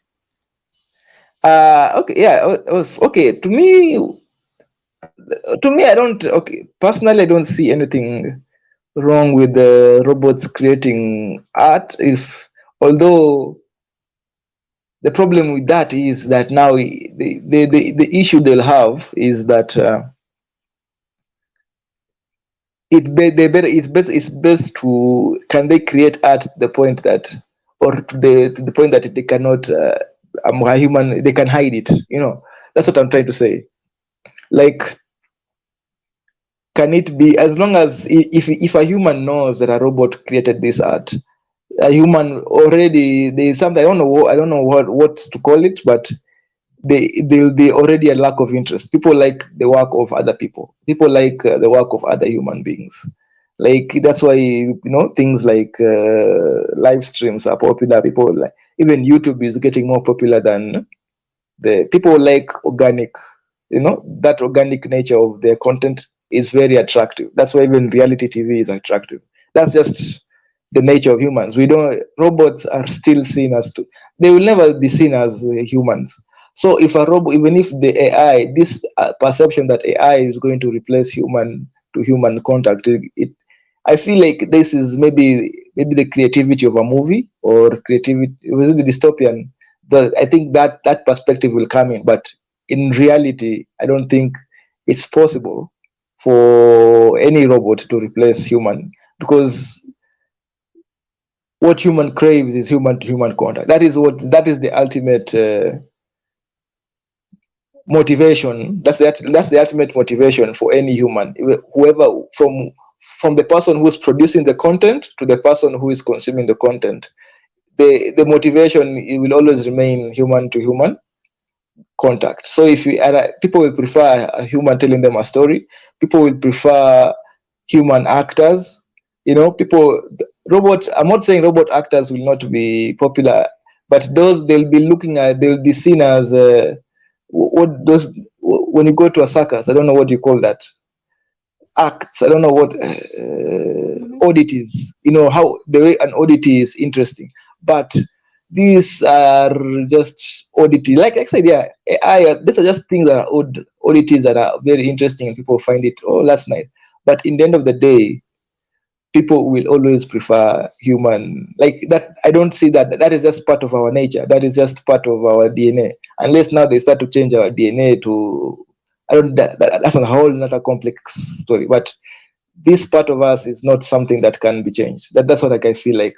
So we will try to get as close as possible, but it's, to me, human to human contact will always be supreme. Even you can even look at the way, you just look at the trends, modern trends right now.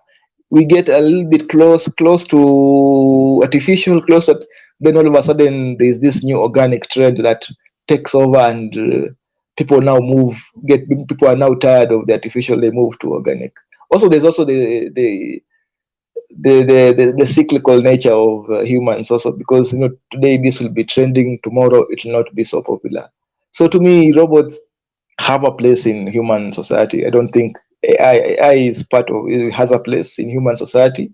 Ghosts, the work of ghosts, by they are not even to create content for humans. To me, I see the work of ghosts as creation of to create perception, to create perception. And what do you mean? Okay, let me say it's like a tool. They're used as a tool. From a human is using this ghost as a tool to create perception from another human. So it's still, in the end of the day, it's human doing things to other humans. That's what I'm trying to point out. I don't know if you can understand what I'm trying to say. Like, these things will I never understand. surpass the level of tool. Yeah. Yes, I understand. And they're definitely for creating the perception, and it's not, the content is also just part of the perception, but the one of the reasons why, for example, they would inflate the number of views, for 46 million or something like that, is, yes, to create the perception of popularity. One of the reasons why they would, because even the way the algorithm works right now, what it's doing, we haven't gotten to a place where, there's artificial content creations. That was just a futuristic thought. But not that it hasn't come to fruition, but I don't think they're that level. But what the algorithm does is that it controls the kind of content that that it people watch, or the kind of, and it's actually personalized for every individual. What you see on your screen can be similar to somebody else, but it's based on, your personal search history, your personal interests, and so on, subscription. So, but that's just one aspect of it. When they were talking about bots who, of these applications, whereas before there was four, let's say four people applying for one job, and then five people and four get rejected. So before, it was all humans on the same scale, but this nowadays you're competing with 700,000, some of them not even humans. So what they're saying is that yes, it creates perception not just of the numbers but also of the scarcity of certain things. So a job that was simply on demand by five people, now it suddenly looks like 500,000 people are applying for it. So it's both a problem for the people who are advertising for it. They don't know whether they have an excess of interest, or it's actually the Yeah, person is right. but you see, one thing people don't tend to look at this perspective of human beings are also learning, right? Hmm. Like that's why that's the reason why AI is developing fast, right? Because human beings are also getting wiser. Like right now, if you use a bot, and people now, human beings are aware, oh, people buy these reviews, like the same way you just said. Like, so it becomes harder to trick human beings the same way or create that perception every time, because you have to come up with something new. You have to come up with even just look at even YouTube.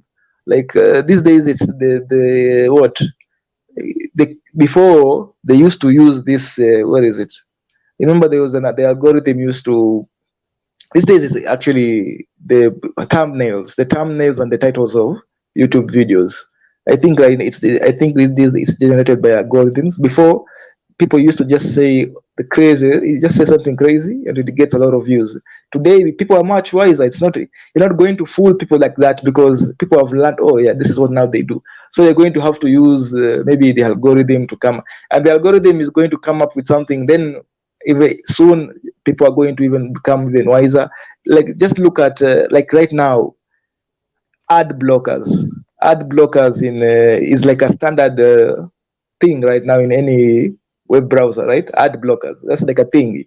It's like now standard. It's like part of the web browser.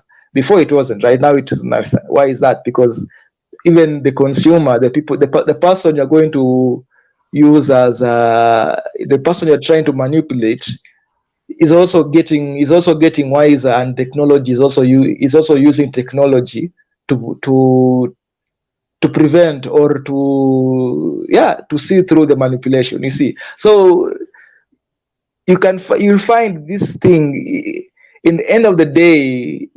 It's like let me see. You see the gods. Like if you look at Greek mythology, how the gods are fighting, gods and gods are fighting, and that's what I see. Like gods, human beings are like gods, and AI is like the mananchi, the people are just my what puppets of the gods. So puppets of the gods. So what I see as AI or these robots is just tools in which humans fight each other. Okay, not fight each other or get by in a in an increasingly modernizing or increasingly technological world. So I don't think that AI, which is used as a tool, will ever surpass.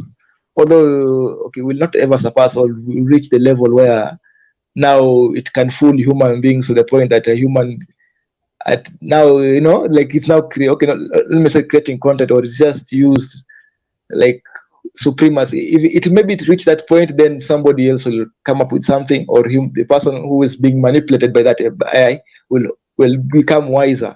So it's like a struggle. That's what I'm trying to say. It's like a struggle between the producer and the consumer, or the consumer is getting wiser and the producer has to get also wiser to fool the consumer, and the consumer is going to get wiser. So that's what I'm trying to say. So this thing about voting, the ghost public perception, I guarantee you in a few, not even years, maybe months or some years, somebody is going to come up in a way like the way chat gtp. You've seen the way chat gtp was creating content for people, Mm-hmm. content for writing content. So Yeah. already now it doesn't even not even months. there's a way now you can tell if an article is AI written or not. It's literally some an app that you can tell, and it's accurate. It's like 100% accurate. So you can see the struggle is not. It's not going to be that But easy. don't you see that this is, when they talk about and they had already thought about this at the inception of the creation of computers, is that, the Turing test, you know about that, right? Yeah, Yeah. So they had already, thought about, because the people who are the computers are not just learning on their own, they're actually learning from human beings.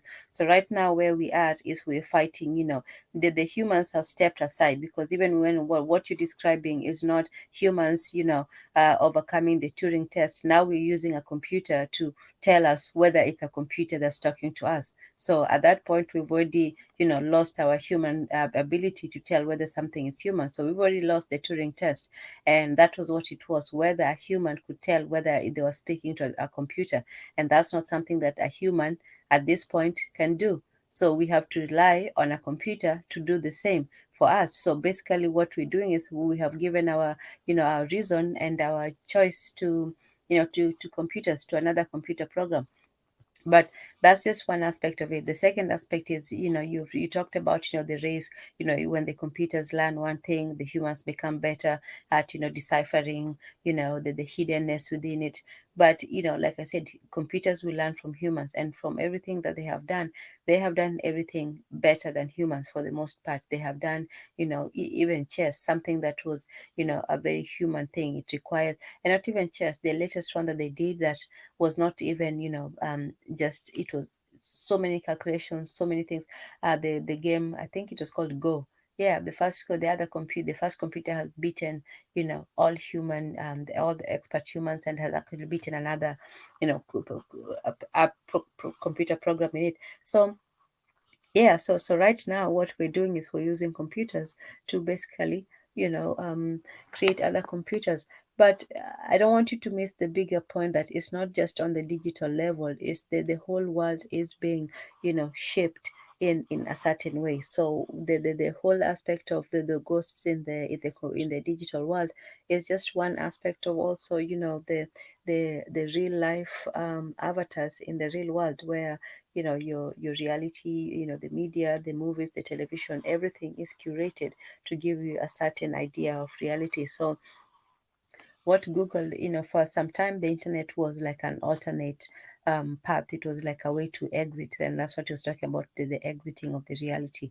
The internet was a way to exit the reality, the objective reality of, the media and the propaganda, and even, other people to some extent. That's why he was talking about somebody who has a rich online presence, but, in real life, they're almost like a ghost in real life, and a presence in the online one. So there was a concerted effort to try to make people to believe in, one aspect of reality, and that starts with the media. But it ends, in the digital media, where people were seeking an escape. But even in that escape, it's impossible to, to get rid of that, that digitization, that control of society. So you can never really see what is true, or you can only see, what you're given. um, and then, just to, summarize it, it's like, the news only tells you, everything that is bad to the world. It doesn't give you any moral lessons. It's not a story. It's not a progression. It's just, oh, feel this and feel this, and it just changes from one thing to another. So when people yeah. watch, yeah, go ahead. Oh no, okay. Yeah, you've said a lot. I didn't want to lose what I was No, going you can to. always stop. Okay. I just go So, on. the point of the Turing test, actually, that's a very good point. But you see that how okay, the person who created the ability to tell if a computer is, I mean, if a content is computer generated, how do they use that? It's not, people feel like maybe there's this perception that technology is advanced to the point that I don't know, that humans cannot still decipher what's happening, but I don't think so. The problem, when somebody that that app that uses it's just probabilities. Like when an AI creates an article, it's not creating the article. It's taking human made articles from somewhere else and Mm-hmm. using probabilities to use, okay, this is the most likely word that's going to be used. Next is this, the next word from the is usually this, then from maybe the car, from the maybe the car is, like the next word from the is probably car, then from car is turned, then from turned usually, so it's all probability from actually human works. So it's not really creating content. That's what I'm trying to say. It's still going back to human made content and Yes, but just giving you. okay, I'm not saying that it creates content from, out in the sky. It actually creates content from human beings. It actually, Yeah, the so main so thing so why you can't it tell. has, The thing is, mm-hmm. so that's my point. The point is that saying that, the reason why you can't tell if a human made it or not is because a human made it. But it's just that if I take Tanzan's work and I put maybe Melatez's work, I put to Niger together, it doesn't mean that I have now created something new. Or and then I put it to you, and you think, oh yeah, this is something new. It doesn't mean I've made something new. It's just that I've combined some works of all these separate people and I put it to you as something new. You see, but does it really qualify as something new, and because you can't decipher it, that doesn't mean that I have now surpassed human. I know I'm easy to fool human. If they really wanted to fool a human being, then they will now, like, now create content, like properly create Yeah, but content. it's not about, so it's not the telling test one was just about fooling human beings. The ultimate goal of it was to control, manipulate, and persuade people. Like in the advertising and marketing department, they don't just want to fool somebody into thinking that let's say a product is really the best drink that they ever had. They also want to manipulate you into buying that same product. So if they could learn enough about human beings, if they could learn what it means to be human, what is specific human want and then need and crave, what it is that makes their eyes light, whether it's a certain, temperature, color, whatever, that's what they start with, collecting the information. And then after they do that, then they can create and control whatever environment that they want. So the reason why they use human models, for example, to sell products is because you identify with those. So if they realize today that they can sell you more because you identify with the humans, then that's what they'll create. So it's not just about, oh, let's try to fool them. It's actually, let's try to get them to act in a certain way. So when it comes to all kinds of reality, whether it's the biological one, whether it's the digital, or whether it's the objective one, it's firstly to collect all the data and information about you, and then to use that to sway you towards a certain outcome. So if it's for the advertisement, they want you to buy something. It's, let's say, for the news, they want you to be scared or happy or sad or whatever, the whatever emotion they want to create. So once that artificial program, and AI is not some computer, it's not some big robot machine that wants to kill you. It's simply the intelligence that is in a computer. It could be a watch, it could be your laptop, or it could be your phone. Your phone could be that AI that's learning you and learning what makes you you. So once they learn enough about you, they can not just predict but also, control. So once the AI or whatever program learns enough about you and has enough information, then now, let's say they know that when you wake up at 6 a.m., you're reaching for your coffee.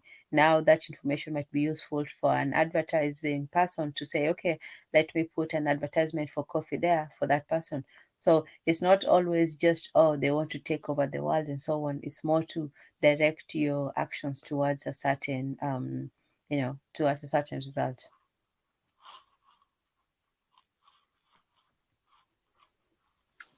Yeah, okay. Okay, I understand. I understand, but you see, I've yet to see it though. Maybe it will come. Maybe that's what people are predicting. But I have yet to see something actually be so good at predicting human behavior that it can create. Or replacing human needs. I'll give you another, because you're saying, oh, humans like, relating to other humans, people would rather, or people are more, open or willing to embrace something that's been created by another human being and so on. But the what the person was trying to say is that the normal human relations are trying, they're trying to, to change those normal human relations. So people have a natural tendency, for example, to meet and talk and be in the same room. But with the new, let's say, the new digital technology, or with the new media will tell you, avoid people, or people are crazy, or this and that. So they'll sow this fear of human beings into you. So something that was natural to you, let's say, to be around people, or to relate to people, now they create this sense that people are dangerous and you should avoid them. And in the same way that, with the, digitalization of relations, so let's say dating sites, for example, and these are just random, these just examples of different aspects. But the dating sites, for example, yes, people have a natural human need to relate to each other physically, but with the digital system, it takes that need and just makes it about finding somebody as quickly as possible and getting, quick physical intimacy with them, which is still, it's still natural. But now those other human relations are put aside, the need for establishing relationships and so on and so forth. So the what that does, it replaces the natural human needs and put, manipulated needs in front of it. So people have a need for entertainment, but that need for entertainment is now surpasses the need for company. So that's what he was talking about. Let's say, that internet team who has a rich life online. He goes to all these sites, he interacts with people online and so on. So he's still, in a way, interacting with other human beings. That part is still there. That need for interaction is still there. But it has replaced or changed his natural human need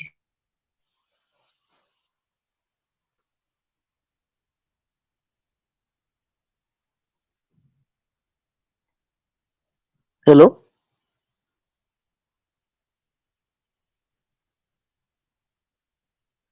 hello.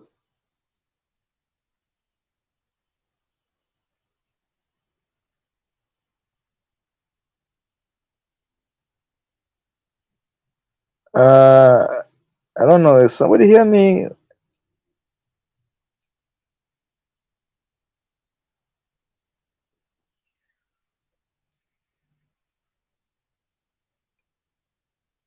Turns out I don't know. I can't hear anything. I don't know if it's me or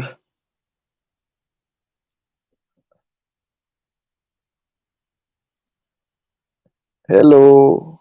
Oh yeah, it's not. Well, looks like I've taken over the show, guys. So welcome to Mwendatezi show. We're talking about reality, human breeding, and machine ghosting. Uh, so, to me, my personal view is that I don't think my. I know it sounds exciting that machines will take over the world. I feel, yeah, everybody is saying that. Everybody is sensational. Oh, they talk. Oh my God, the coup was short-lived. The coup was short-lived. But look, welcome back, Tanzan. Can you hear me? Yeah, yeah, yeah, yeah. Okay. They just sent me a message that I've reached the limit of my time. Limit of your time was Yeah, yeah. what, StreamYard, you only allowed a certain amount of time, and I guess I reached the limit. 2 hours. Yeah. So they said, Usually, I thought it was 12 hours. well, it's a total of 20 hours for the month. So, yeah. So we're going to have to end it right here. So, because I said, yeah, I've reached my time limit. It's a I'm total on. of 20. Oh, Yes. I didn't know. Oh, I didn't know that. Yeah, no, no, no. They did send me a message. I didn't think today was going to be that long, and they sent me a message. They do send me every month, but I didn't think that I'd reached the limit. But I just saw right now, oh, you have reached the limit. The stream will end. Yeah. So, all It's, right. Well, at least they we said the got stream will done. end. Yeah, he says that the stream will end shortly. So, yeah. So let me just say a few words, and then I'll quickly end.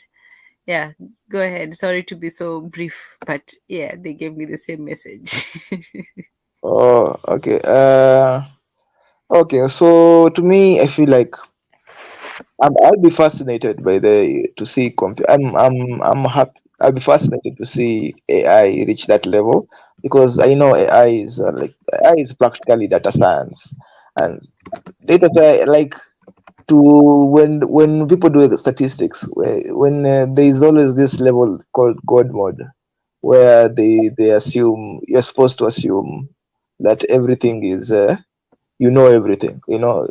which is not practically possible, as any nobody knows everything, right? But when you assume you're a god mode, then you're supposed to call. That's how people come up with the models and all that, with the assumption of god mode, but it's still an assumption.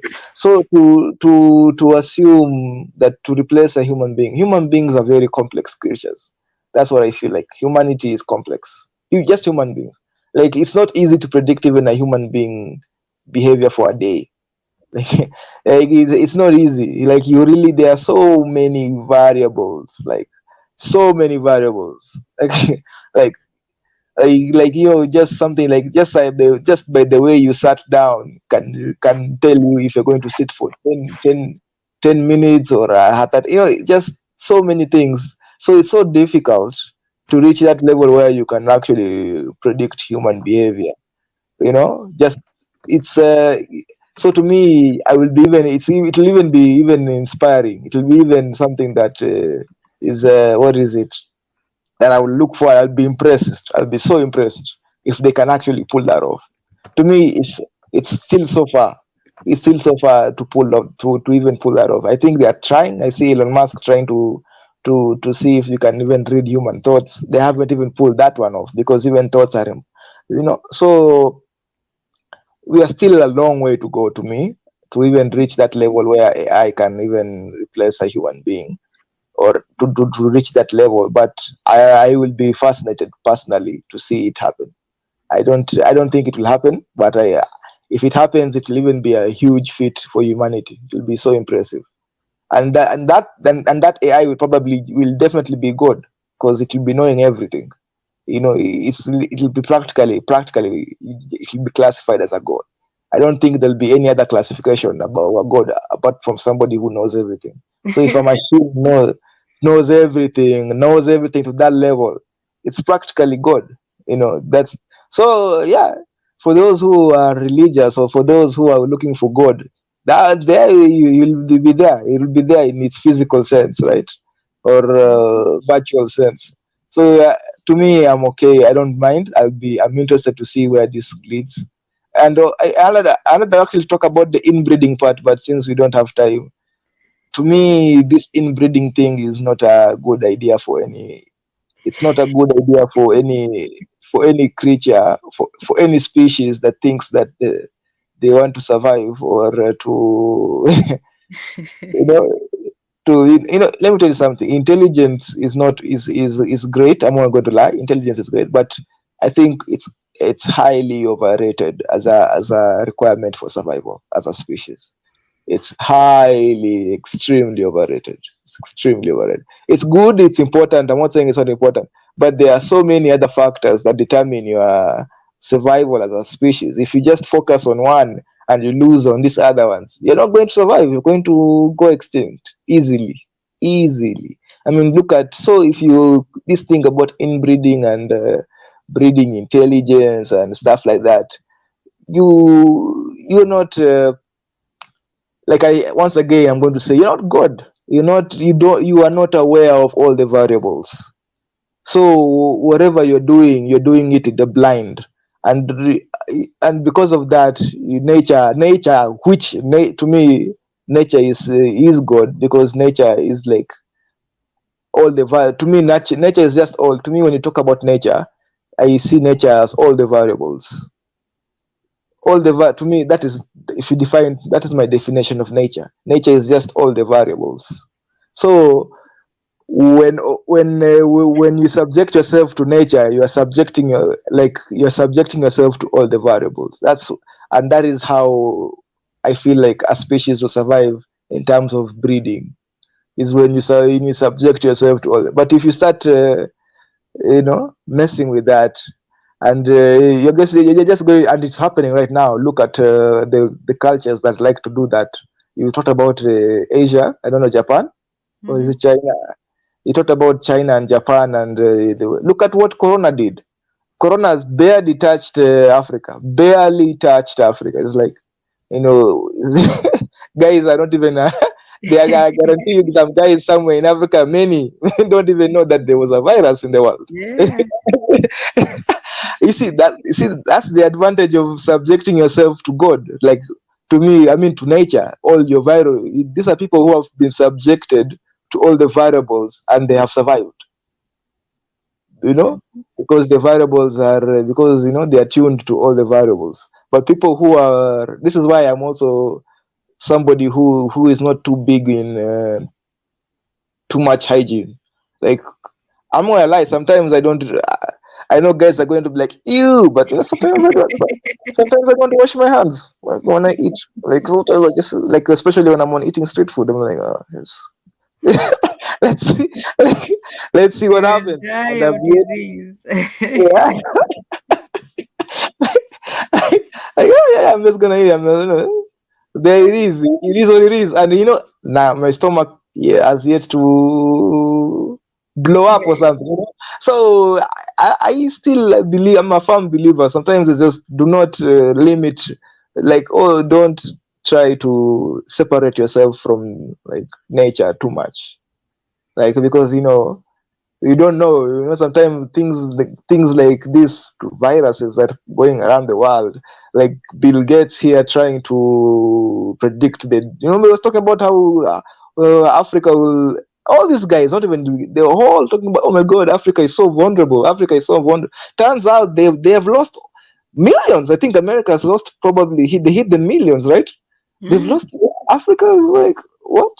Barely even. Yeah, 100. but I don't that even shows think. you why, it's also not in our best interest to always follow, the things that they tell us to follow, because sometimes those are not our problems. Sometimes maybe we should be dealing. That's the reason why I tell you this reality is program, and it's one reality. Everybody has to accept the same measures, whether or not you're affected the same way. So that's why we're still also under that same reality, because whether or not we experience it the same way, everybody's reality has to be the same. We all have to admit it. We all have to be under the same system, and you cannot exit it. And if you try, you will obviously be done away with. So what he's saying is that, yeah, well, whether or not the numbers make sense, numbers can always be created, to serve the reality. And if you deny it, if you try to say, oh well, this was not a big problem for us, well, then that's part of that denial of reality. And so nowadays it's very dangerous to deny reality, or to deny the version of reality that everyone accepts. So you know, even if it turns out to be wrong, in 1984, if something is wrong, they'll just say, no, we never said anything like that, and people will move on. You're not allowed to say, oh, but you said this and that. No, that's not part of that reality. All reality is manufactured, and then everybody has to agree to what everybody else agrees to. So, yeah, that's also Yeah, part of that reality. But yeah, let me start wrapping up. We can continue. I think I sent you the article, but I'll put it in there somewhere, so you can take a look at it if you want. But it's a can fascinating I? one. Can I? Is it today? Is there like a countdown or? A countdown. Oh yeah, yeah, he writes a whole bunch of stuff. I'll just send you the, let me see if I can. No, no. I'm saying the stream here. Is there like a No, countdown they to how just many said that actually? you've reached your limit, and the stream might end and all of that stuff. So I don't know when it's going to end. I don't want to do it too abruptly. So I'm just going to try, and I don't know exactly how much time was left. So, but we can continue this next, because I think there's yeah, there might be still some things that we can uncover from that. So yeah, Yeah, but thank I also wanted to point out something. One more thing yeah, that go ahead, you go ahead. talked about. You talked about numbers, right? Mm-hmm, If you look at the governments in and I see this obviously in the West, I see this a lot where governments are trying their best, right? mm-hmm, to control the population in terms of even to the point of psychological and all the variable they're trying, although they and I still I'll say this again, they still don't know all the variables, because you can see the level of depression that's happening in the West, the high level of depression, the high level. So it means that the government, this perspective, and I see this so, and they, yeah, and I agree that African governments should not try to copy this. This, I don't know who gave the go ahead, or who gave the, what is it, the mandate to government, that it's the work of the government to make the people happy. It's not the work of the government to make the, that now, and look at governments that try to make the people happy. There's a lot of depression and suicides coming up. So to me, I feel like you should, people are, when you interfere to in a lot of things, especially when it comes to nature, I feel like the highest form of existence is the one where you subject yourself completely to nature. Yes. And he actually, he also tackled that thing where he said that, for the people who, if you do not accept the reality, you resist it, then for some people, the result of that is they actually go mad. So that was one of the things. So even some of the people that we label mad, maybe they're just people who are resisting the reality that has been imposed upon them, because it is an imposed reality. It's something that somebody enforces on you. That's why it has to be propagandized and repeated and confirmed and so on and so forth, because it's an imposition. It's not something that people would naturally believe if they were left to their own devices. So yeah, the madness can be a result, or just a calm acceptance. The best citizens are the ones who accept the reality of the nation state. But yeah, okay. So let's close out. Um, it's been a fascinating discussion. I just came across this article today, so I'm not an expert or anything. It was just an interesting, and I'll send you the website of the person. He has a lot of other things. I do have to warn you that he's very prejudiced and biased. So, like I said, everything you read, just read with It's thought. racist. Yes, yes. Yeah, yeah, that's But when you he read also, when you read these things, you tend to just yeah, you get, yeah, like, okay, you expect it, and then by the yeah. time you do find it. But at least he's honest about his criticism of his own people, his own government, about the European Union and nation and all that. So you can take what you can from people, and yeah. All right, Yeah. well. Oh, yeah. Also, I also wanted to add. Mhm. I wanted to add also that the word I was looking for was chaos.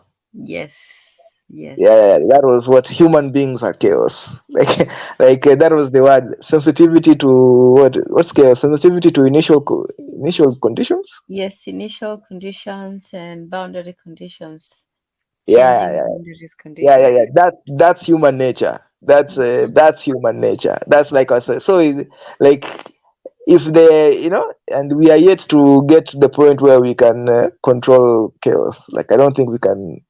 I don't know. Have we reached that point really? I don't think even No, technologically. no, I We, don't we think have, so. so that extreme sensitivity to initial condition, that is human nature. So it is very difficult to model. Hmm. Or yeah, that's my point. Hmm. Yeah, yeah, fair point. So we still have some leeway, we still have some, freedom to move and decide. We're still not at that, singularity moment, not yet. So at least we can take hope in that. Yeah. But I have a question also. What's wrong with Mhm. the if imagine if, okay, if you reach that level, what's wrong? Like, wouldn't you be interested to see what an Me, AI or a no, god, but an actual people, god, okay, no, no, no, a god, an actual god, like no, somebody, something that can predict? Wouldn't you be interested to know what they say, or what? no, Yeah. no, not at all.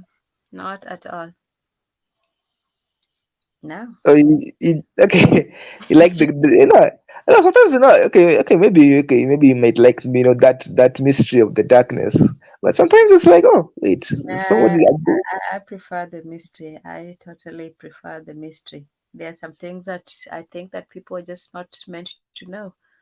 So yeah, and I think there's some things that machines are not meant to learn, but we're not going to stop them. So yeah, the only people we can control is us. And no, I'm not curious about some things. I'm curious, but not about that. Not at the cost of, no, I don't think it's necessary. I think it's dangerous, and I think that we should leave it alone. Yeah, but that's But just why me. is it dangerous? Why is it All right. dangerous? Okay, Tezzy. We'll continue this on the next one once I sort out those hours Okay. and I can figure out, you know, how much hours I have. But yeah, but thank you so much for, for coming on and having this conversation and discussion with me. You've actually, raised some interesting points and then given a whole new perspective to it. So there was a lot I know there was a lot there, there's a lot of concepts and ideas that were covered, and I hope we can expand on them on the next one. So we'll see. I'll send you the article. You can read a bit more about that and other ones of his ideas, and then yeah, we'll see if there's yeah, if there's stones to be unturned there. Yes. All right. So with that, I will give a prayer of gratitude to the ancestors for giving us a great conversation, and for the company, for those who joined us in the comment section and those who join us later. Badai. Thank you again to the ancestors for a wonderful discussion, and we hope to do this again. And Mwanatezi, thank you for so much for joining, and tutaongea tena. All right. Yeah. Yeah. Peace. Thank you, guys. Thank you. All right. Peace and good vibes.